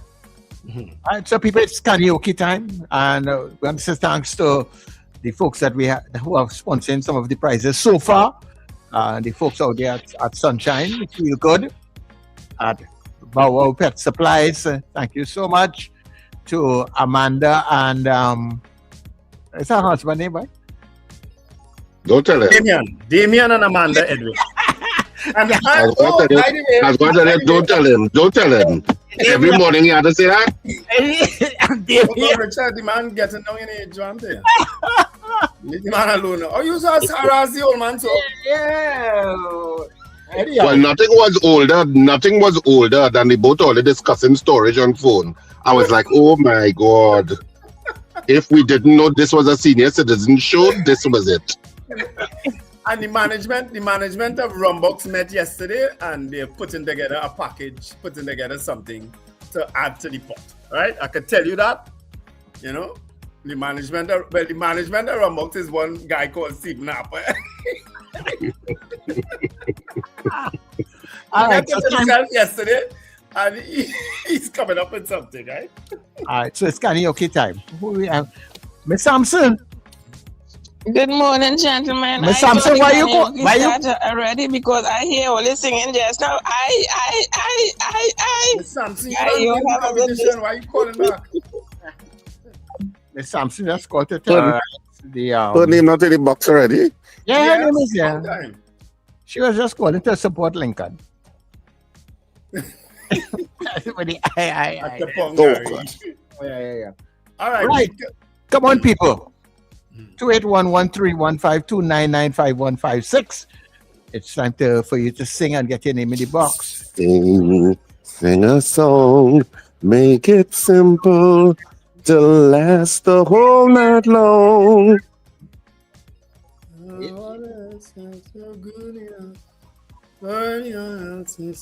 So where all our singers disappear to the all come on, man. Sing a song. We need to have some more names in the box. And I know some people have been messaging and they've been practicing and all different kinds of things. What are they waiting on? Now is the time. Show time. All right. So give us a call. Sing your soca, sing your calypso. Hold on you. Miss Henry, sing. Scorpion Pepper, sing. Sing. Rena Jennings, calling and sing. Beauty Culture, sing. I'm calling out all your names. Helen Prescott, sing. Wow. Ava Smith, sing. Marlon Motley, calling and sing. You're sending messages. Sing.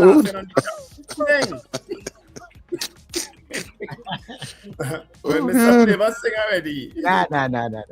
Carlisle Cupid, sing. Jason Samuel, sing. Police ordered him to return the bed. You know everything going on in Arima. Call and sing. Oh my word. Earl Guevara, TTCBA is the Trinidad and Tobago Carnival Bands Association. That is what it means, right? Trinidad and Tobago Carnival Bands Association. No. Something must be wrong with the phone. Let me reset this phone. Claire, reset it. Let me reset this phone. Run out the studio and go and press the button. Yes. Let me reset this phone. Good morning. Hello. Yes, good morning, guys. Good morning. You calling for the karaoke, right? Yeah, man. All right. Where are you calling us from? Well, Canada. Is that funny? Yeah, all right. That's all I like, Tinto. I don't know. Hey, you're so distant there, though, boy. Yeah, you're something kind of. Yeah, man. I think phone. Oh, you using speakerphone or you want music in the background? Go ahead and sing, Tinto. Well, you could hear me now? Yeah, we hearing you. This tune is a tribute to a man named Slinger from Marcus St. Joseph. I wrote this song for him when I was 10 years old. Oh, there's your own composition. Today, Same thing here, they can eat Sonia and we'll say, Calypso, and you see, they said he beat to suit everybody. A long time, Calypso was example. You could have sing with your guitar anywhere you go. But now we change to a holocaust. You got to make move to suit this is man grass. When I Calypso come out to sing, it's some kind of message he come to bring. It's from the north, it's from the south. Things you never even hear about. And that is what you must remember. And you will be a true Calypso singer. And I'm the true Calypso singer. All right, great man. Nice, Tinto. Thanks very much, Tinto. And the breakfast show will sponsor me a ticket to Toronto to bring up your prize if you win. They've already arranged that. They will sponsor me the ticket to come up to bring your prize if you win, right? Okay. Thank you very much, Tinto. All right. We have anybody else?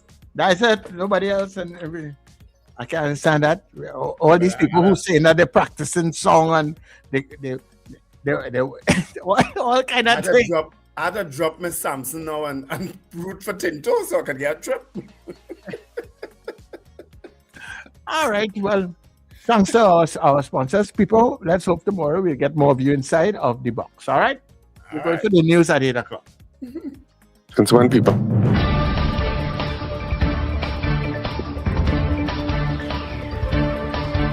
The news you need, the clarity you deserve. Local, regional, global. This is Net Radio News Now.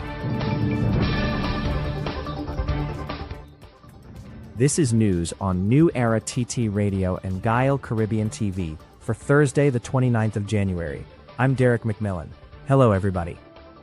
Prime Minister Kamla Prasad Bisesar has accused 2 independent senators of seeking personal favors in exchange for supporting the Zones of Special Operations bill, which failed in the Senate on Tuesday. In a Facebook post, she said the requests were rejected and claimed the senators must live with that shame. The bill, aimed at creating crime control zones in hotspots, required a special majority, but was voted down, with 8 independent senators opposing and 1 abstaining. Prasad Bisesar also criticized the PNM, accusing it of blocking crime-fighting measures, while opposition leader Penelope Beckles welcomed the bill's defeat. Deputy Police Commissioner Junior Benjamin says the failure of the Zones of Special Operations bill has not discouraged the police, who will continue regular anti-crime operations across Trinidad and Tobago. The ZOSO bill, which required a special majority in the Senate, was defeated after independent senators did not support it. Speaking at a media briefing in Port of Spain, Benjamin said the police service remains focused on crime prevention, detection, and enforcement regardless of the legislation's outcome. He added that the TTPS has strategic and operational plans in place and expressed confidence that 2026 could become one of the safest years for Trinidad and Tobago. Opposition leader Penelope Beckles has welcomed the Senate's defeat of the Zones of Special Operations bill, saying it proves democracy is still strong in Trinidad and Tobago. In a social media post after the vote, Beckles praised senators who opposed the legislation, calling it a victory for the people. The bill would have given the Prime Minister and National Security Council broad powers to declare communities as security zones with expanded police and military authority. It failed because it did not receive support from any independent senator. The final vote was 15 in favor and 14 against, with 1 independent senator abstaining. Police say 33 students have been arrested since officers from the School-Oriented Policing Unit were placed in schools across Trinidad and Tobago last September. ACP Brian Sudin reported the arrests were for offenses including marijuana possession, weapons, sexual misconduct, assault, and resisting arrest, covering the period from September 2025 to January 28, 2026. He noted that vaping is one of the most common issues, along with fights and disorderly behavior, highlighting the need for health intervention and conflict resolution programs. Sudin said decisions on expanding officer deployments will be made by the Ministry of Education, where necessary.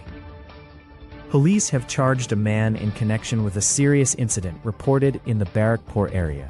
Investigators say a woman reported being threatened and taken against her will to another location in Princestown during the early hours of Sunday.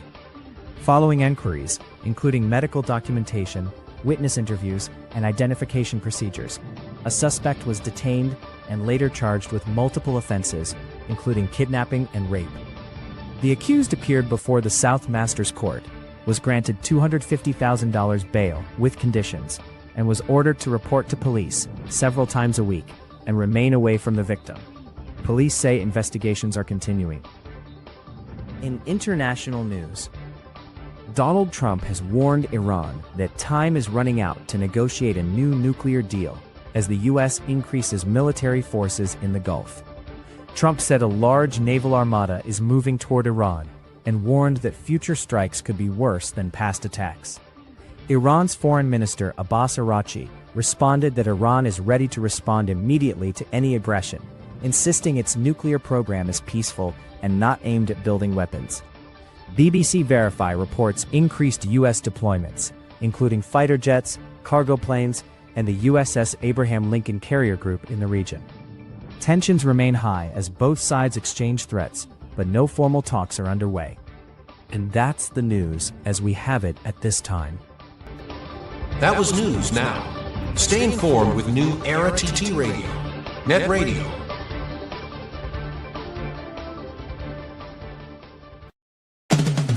Hey you, yes you, I'm talking to you, so you think I can sing, huh? Well, then be part of our Carnival Karaoke. You know what? I don't like that name. Let's call it Carnival Karaoke. Carnival Karaoke. We'll call it Karaoke. Yeah, so you can be part of our Carnival Karaoke on the Breakfast Show on New Era TT Radio. Yep, it's happening Monday to Friday at 7:50 a.m. starting Monday the 19th of January, and all you have to do is sing a verse and a chorus of your favorite calypso, soca, chutney, old or new. Just sing it good, and you could be our karaoke singer, our champion for 2026. We're taking 2 contestants every day, and we're choosing one winner whose name will go into the championship box. And on Carnival Friday, the 13th of February, we'll have a grand draw for the karaoke champion on the Breakfast Show. The first ever prizes. Well, don't worry about that. You'll get something. Just come and sing and be part of our Carnival Karaoke on the Breakfast Show and New Era TT Radio. Sing, the man, sing. This carnival, the seas are calling. Production Sounds and Ace Limers Entertainment presents Foreign Exchange. Foreign Exchange. A carnival season boat ride like no other. I wanna be somewhere where the music is. Sunday, February 8th, 2026. Hearts Cut, Chakarama. Step aboard the Ocean Pelican and experience where soca meets the open water. Boarding 7 p.m. Sailing 8 p.m. Music by Production Sounds. D.O.C.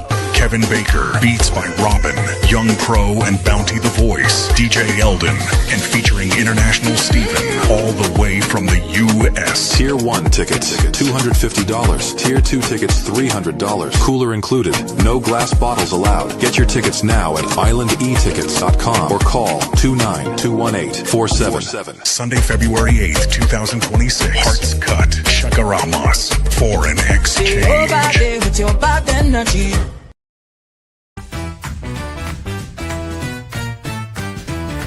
Advertise with us on New Era TT Radio, the fastest growing streaming platform for talk in Trinidad and Tobago. Audio and video ads welcome. Elevate your brand with us. Connect with us at newerattradio@yahoo.com or call us at 299-5156. Now what are you waiting for?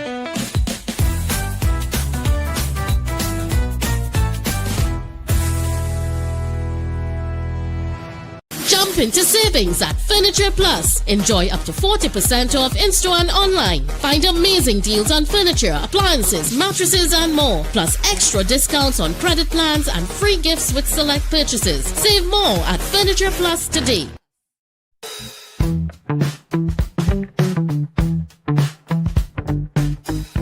S&H Rumbox, 137 Western Main Road, St. James, for all your retail and wholesale needs for alcohol and non-alcoholic beverages. Call us at 686-0599 or visit us at 137 Western Main Road, St. James. S&H Rumbox, drinking out of the box.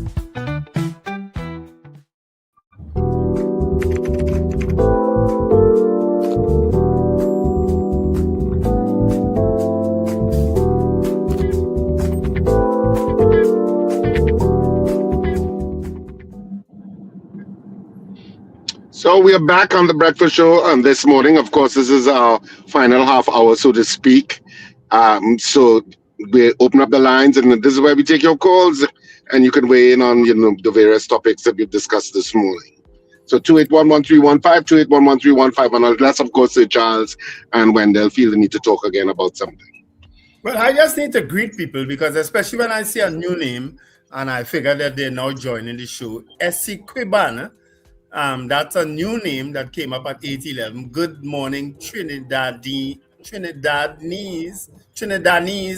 persons. Trinidadese. Yeah, so it's clearly someone from maybe some other part of the world who has joined our show. So whoever you are, welcome to the breakfast show. All right, you're here with Richard Raghubar Singh, Charles Davis, aka Sir Charles, and myself, Wendell Stephen. We are the absolute best in the entire Caribbean. Okay. Did you just agree with me? Right. So, all right. So, seeing that we don't have anything else there, we'll take your calls.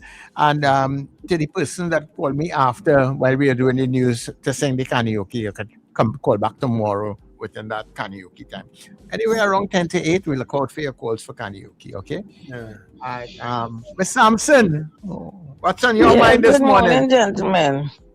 Concerning the family that looking to sue America, wouldn't that implicate Kamala with them kill them violently? Would you think that case would reach anywhere?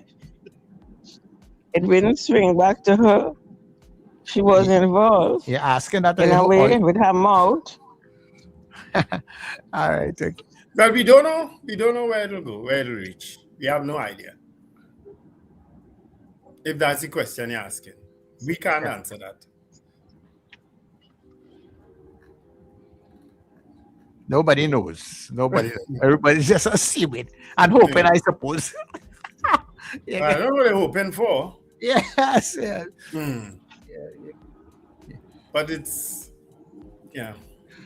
Well, you were listening in the news that you hear that the U.S. is sending military buildup to the Gulf out there with Iran.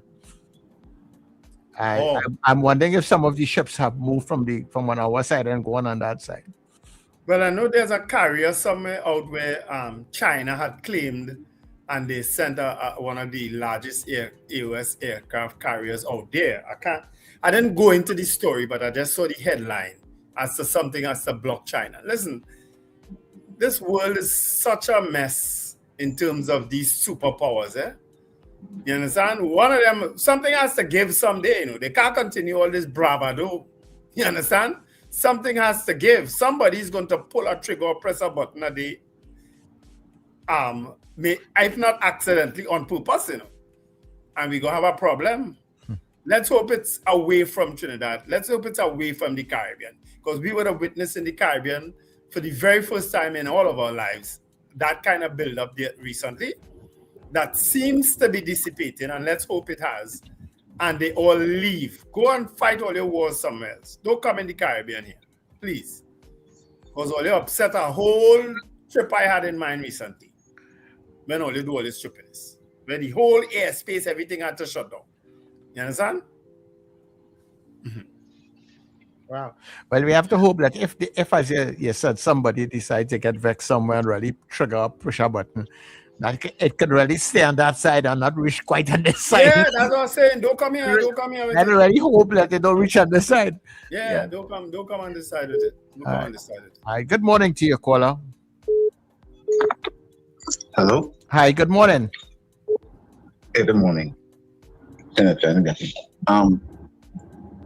I was trying to get some statistics on the police service and crime and so on, and online, and it's very, very, like they don't produce no statistics in a timely manner.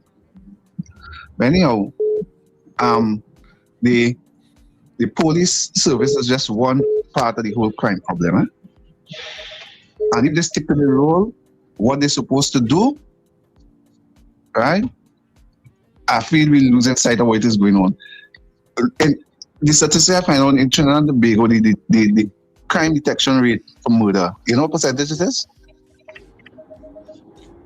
Tell us. It's very low. Yeah. It's very low. Right. It's very low. Okay. Do you know what the conviction rate is? Even lower. Even lower. Yeah, I think detection was like about 20 or 30 something percent, and conviction was like about 8 or 9. If it's that, be very good. It's very good. I get the detection rate as 9%. That is online. You could check it and confirm that tomorrow. And the detection rate and the conviction rate is 20.8%. Right? So some of the reasons why in the detection, the police might have a suspect or somebody. You just hear the question them, they were released. The question, as a matter of fact, when was the last murder conviction?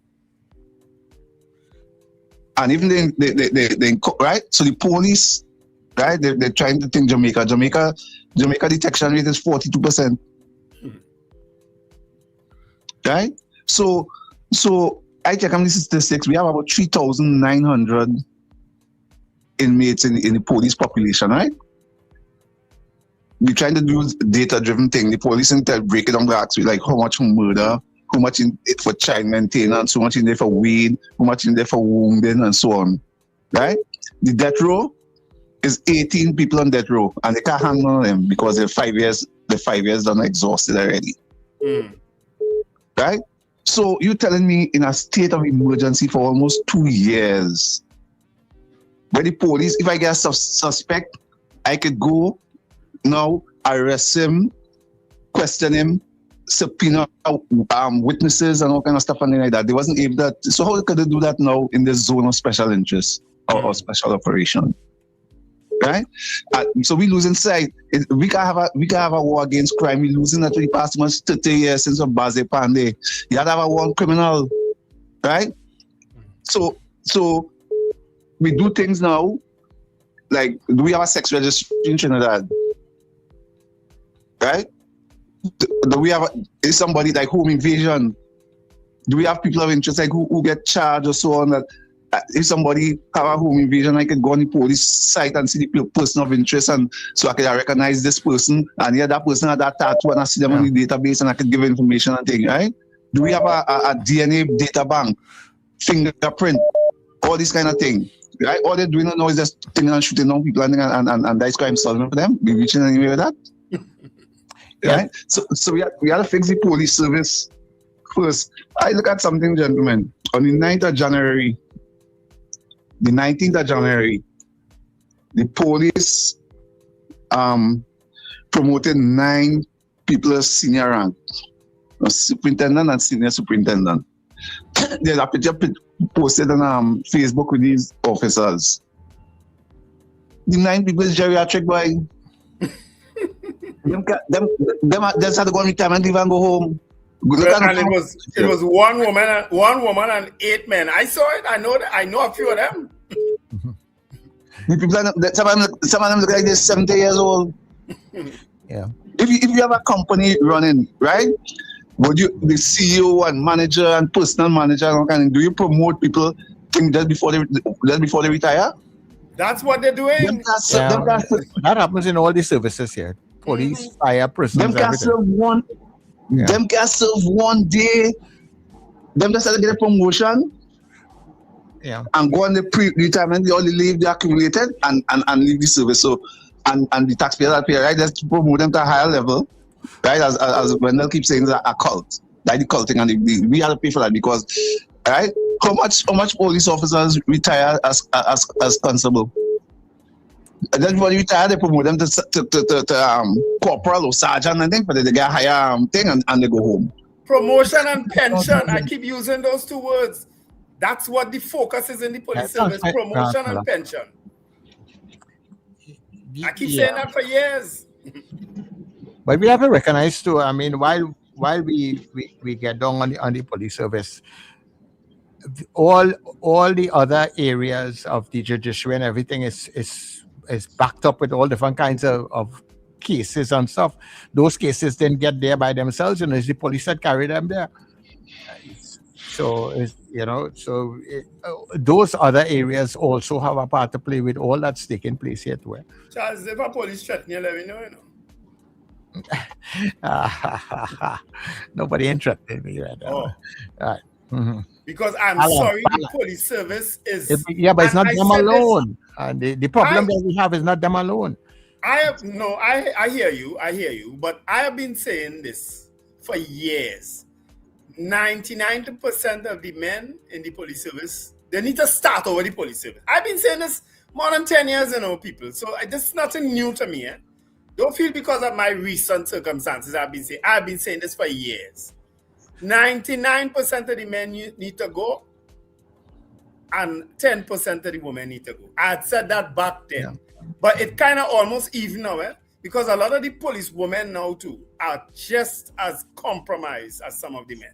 Oh, the one case, remember we interviewed a young man. I reminded Richard about this the other day. We interviewed a young man a day who had left Twin City Mall. He went to buy something for his mother, and he left Twin City Mall to go and pick her up, I think, in the airport. And he was followed by a police car. And right by the airport lights, they block him, drag him out the car. They find him suspicious. They found his drive suspicious, that he might have done something. They carry him to the St. James police station. Not St. James, St. Joseph police station. The one on Abercrombie Street. And they beat that young man. They beat him. You understand? A policewoman, he say, when he came in to interview us, he came in with his mother. A policewoman, he said, pick up the big book and hit him in the head. You understand? I don't know whatever happened. Thankfully, that young man got his life together, because he was a very intelligent young man. Today, he's working with our national airlines. Thankfully. I saw him the other day. He remembered me. You understand? He said he went and started to work with that airline right after that. You understand? Could you imagine how his life had almost completely changed because of what? Mistaken identity, or some rogue police officer decided just going and harass a young man? I see that all the time. I don't know if all you ever experienced it or if all you ever witnessed it. You see it all the time. And the good ones, sometimes it's a squad of them, and it have good ones there, but they're not saying nothing. They're just allowing them rogues to get the way. That is the biggest problem in the police service. Every time we interview a commissioner of police, and we've interviewed several, Stephen Williams, McDonald Jacobs, we never got to interview Earl Christopher, Gary Griffith, and we've done Alistair Guevara. We've interviewed them, all these commissioners, on our show, right? Junior Benjamin, when he was acting as commissioner too, right? We interviewed all of them, and we told them, fix the police service, otherwise you can't fix Trinidad and Tobago. Fix the police. We tell Gary Griffith that to fix the police service, otherwise you can't fix Trinidad and Tobago. But they're not focused on fixing the service at all. I don't know why. Maybe it's not up to them then. I mean, it's not up to them. It had to be. You have a leader. A commissioner of police had to take the lead. Well, that's just saying. If they can't do it, is maybe we have to find out. Is there another way that we can do it to get it fixed? Well, the prime minister, in her style of governance, need to tell them, hey, girl, you act together. Put on those damn body cameras now. I don't want to hear nothing. Put them on and stop shooting down people just so. All right, hold on right. Training. She needs to put her foot down with them. I don't expect the minister to do it.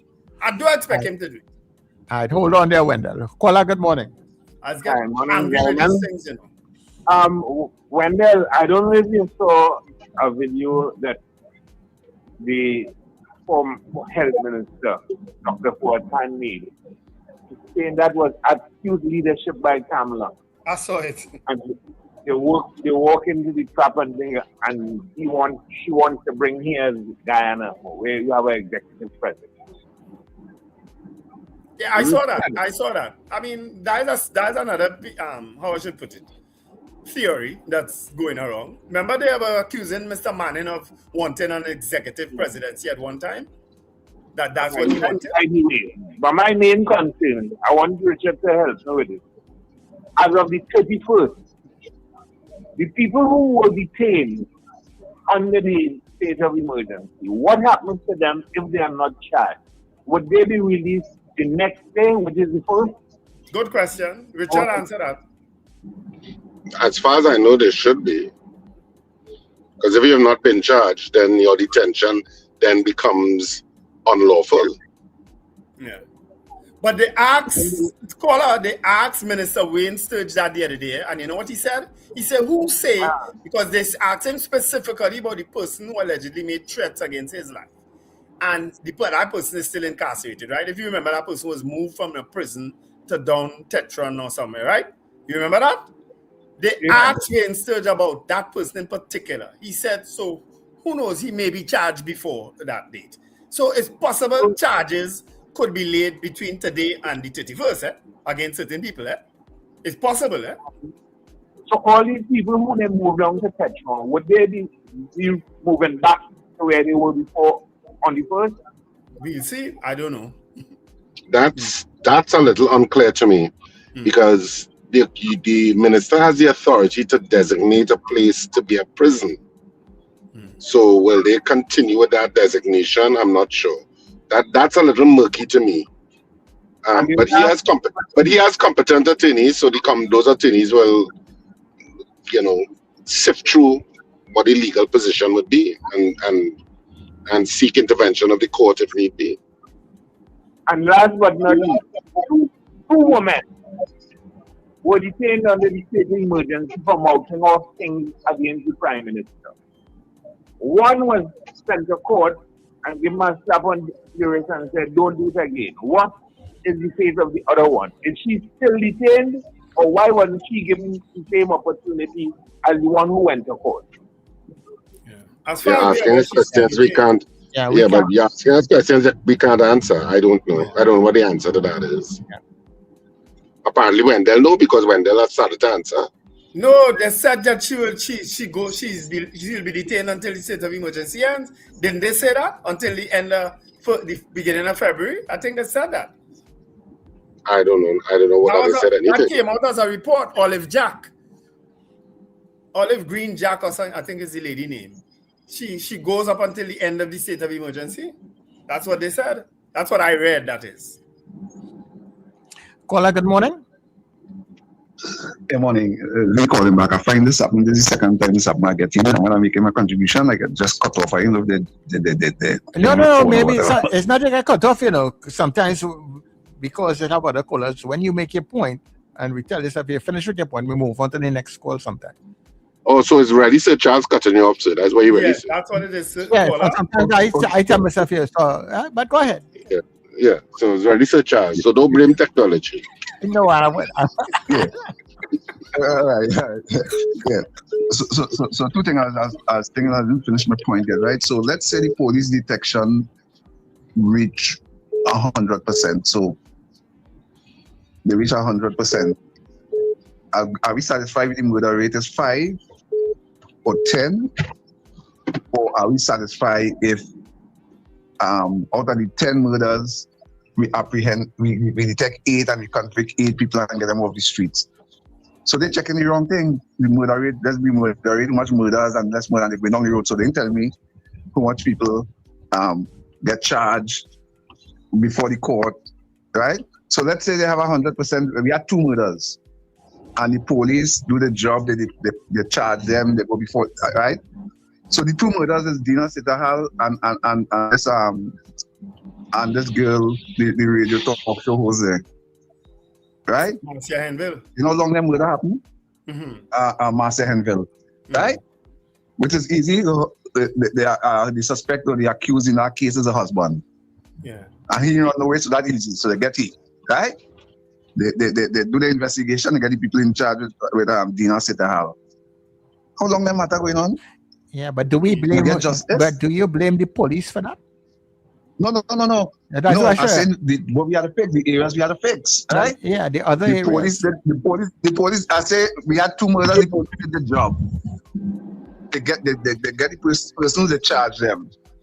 And them in jail over 10 years, so much years, and the case kind of good, we get that justice. Yeah. And unfortunately, we want to think. Yeah. Caller, I'm following your point, caller, and you're right. The judiciary is part of this mess. That's one last point. Wendell. You know what didn't come up in this whole debate with the ZOSO and all kind of stuff and like that, with the state of emergency? In the first incarnation of the UNC first state of emergency, they had that same approach. Like it was the whole community ever involved in crime. So you know what they did? From this time they start the state of emergency, they start picking up people of interest. So much people that over 7,000 something people, remember that? Mm-hmm. They just take them and lock them up because persons of interest, right? That wasn't in that sense, that wasn't ZOSO.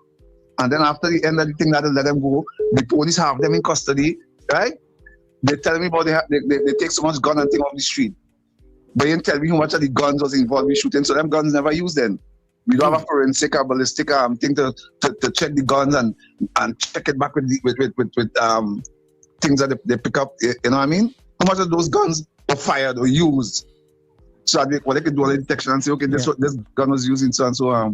Yeah, because caller, you identifying all the other areas here that we talk about that need to be fixed, as Gary Griffith once said.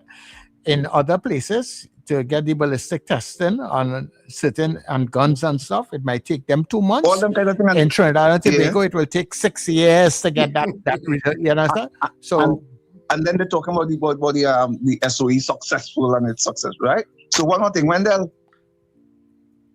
In your area, what percentage of the people in your area? What percentage of the people you would say is criminals? You're talking a remote St. James. Caller, no. All right. Caller, where are you calling from? I call from Chaguanas. All right. And so how much people in Chaguanas is criminal? Well, I relocated from Bataria. No, where you are in Chaguanas, how much people you feel in Chaguanas is criminal? Well, in my community, I'm not aware of anybody who is criminal. I live in a kind of upscale kind of area. So why asking Wendell that is criminal in my community? So why asking Wendell that? Because why I ask him that is because if we treat any community as everybody is criminal, right? Mm-hmm. So you're going to lockdown.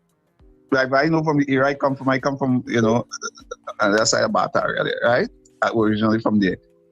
And let's say it's at 3,000 people there. How much people is criminals? It's a minority. The criminals is the minority. So you go and lock down a whole community, and when they do that, the criminals move and they go somewhere else. They go somewhere else. Let me move on. All what you're talking about, we discussed. Yeah, and I'm moving on to another call now, right? Yeah. But all what he is raising, we discussed it on the show. You understand? And possibly. What I want to know, here's the question I really want to ask. Just before you bring the question, Wendell, just to add to what the caller was saying. Mm-hmm. Right now, we are in an SOE. The whole country locked down. If that's the case,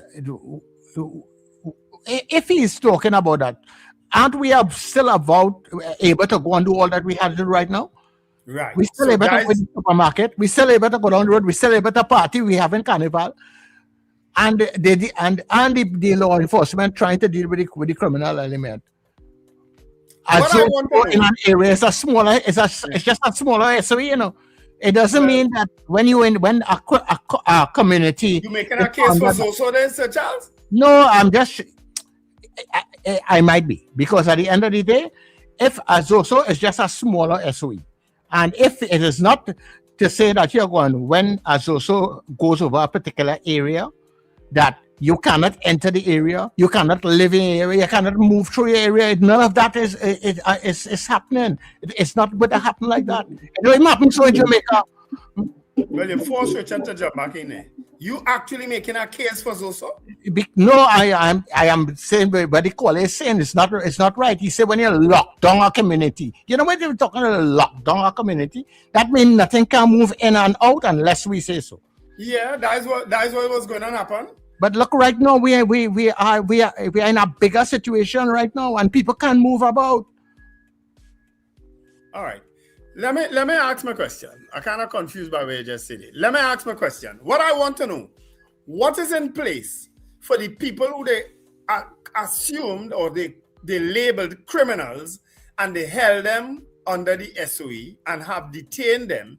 What is in place for when this SOE ends and these people now go back into the communities?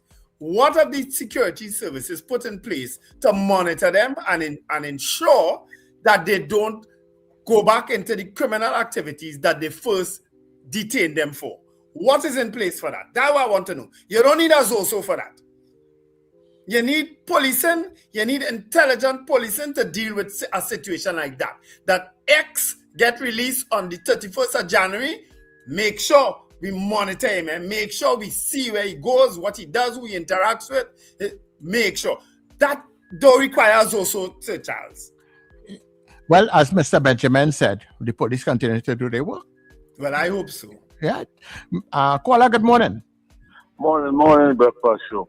I come in now as a feeling of a comedy first by you're whooping, you're coming to whoop. Are you all hearing me?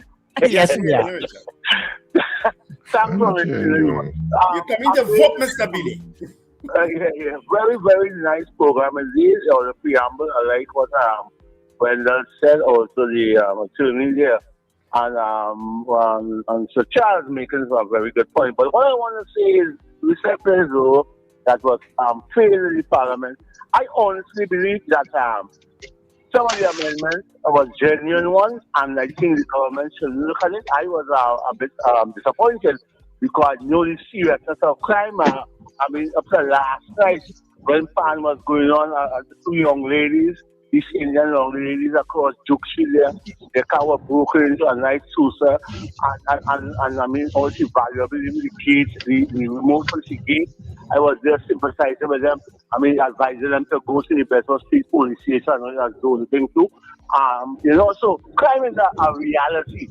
Crime is a reality. And I think that any right-thinking citizen will like to see something done about crime. But I mean to say that incident on the weekend did not fulfill this legislation.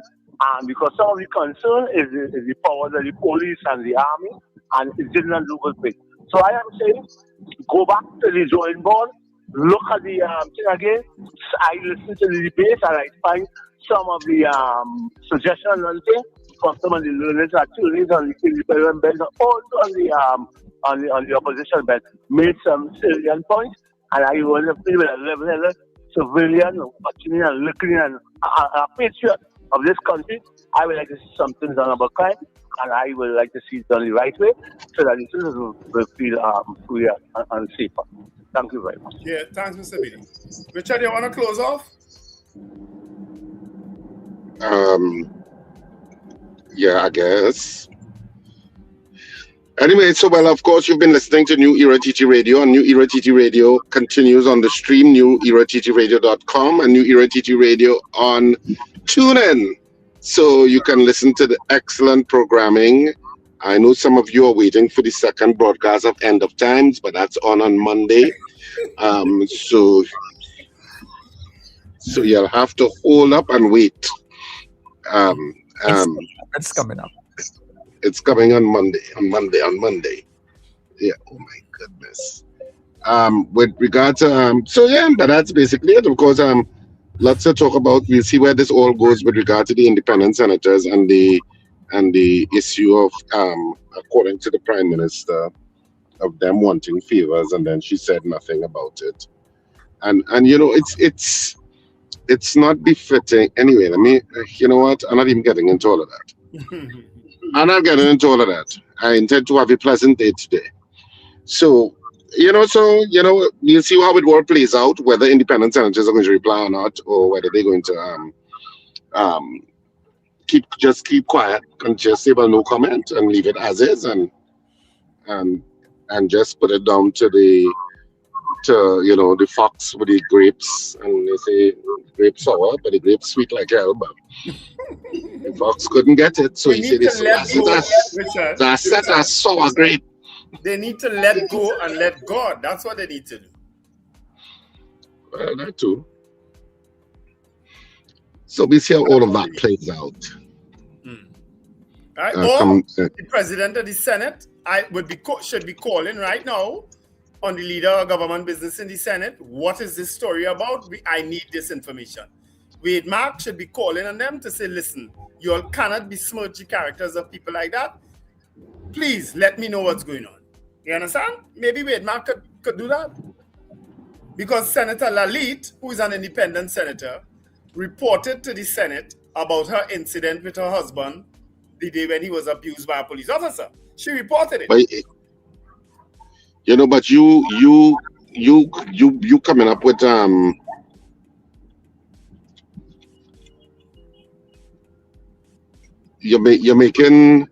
you're saying stuff like the president of the Senate should do X, Y, and Z. Do you really think that he will? I don't know, Richard, but I mean, it's like whenever I bring it always down back to me sometimes because of my experiences. If one child complains about the next, trust me, I deal with it right away. I go in and say, hey, so-and-so said, your brother said so-and-so. Is that true? Or your sister said so-and-so. Is that true? If it's true, please don't let it happen again. Deal with it, please. I don't want to have to be dealing with this. Which is a reality in my life. You understand? I am, as the head of my home, I am going to try my best to deal with it. And as the father of my children, I try my best still at this stage to still deal with issues up front and get it out of the way. That's how I run my life. So if I have to be in charge of a Senate, like if I'm the head of the Senate as it is now, and this is being said, I'm picking up the papers and reading this. I want to find out what the hell going on. That's all. My best still at this stage to still deal with issues. I hear myself back in your radio, Richard. Turn off your radio. Folks, have an absolutely wonderful day. Remember to let go and let God. I have a whole lot of noise coming by me now, so it'll upset you all because of our construction site. Have an absolutely wonderful day. Remember to let go and let God. Yes, have a fantastic one, and we'll speak to you bright and early tomorrow morning. And of course, tonight, the weekend begins tonight at the second after midnight because it's Thursday. And we love a weekend. So the weekend is on tomorrow, on Friday, where we'll have our culture corner, etc., etc. So see you tomorrow. Have a fantastic day, whatever you do. And you have been listening to The Breakfast Show.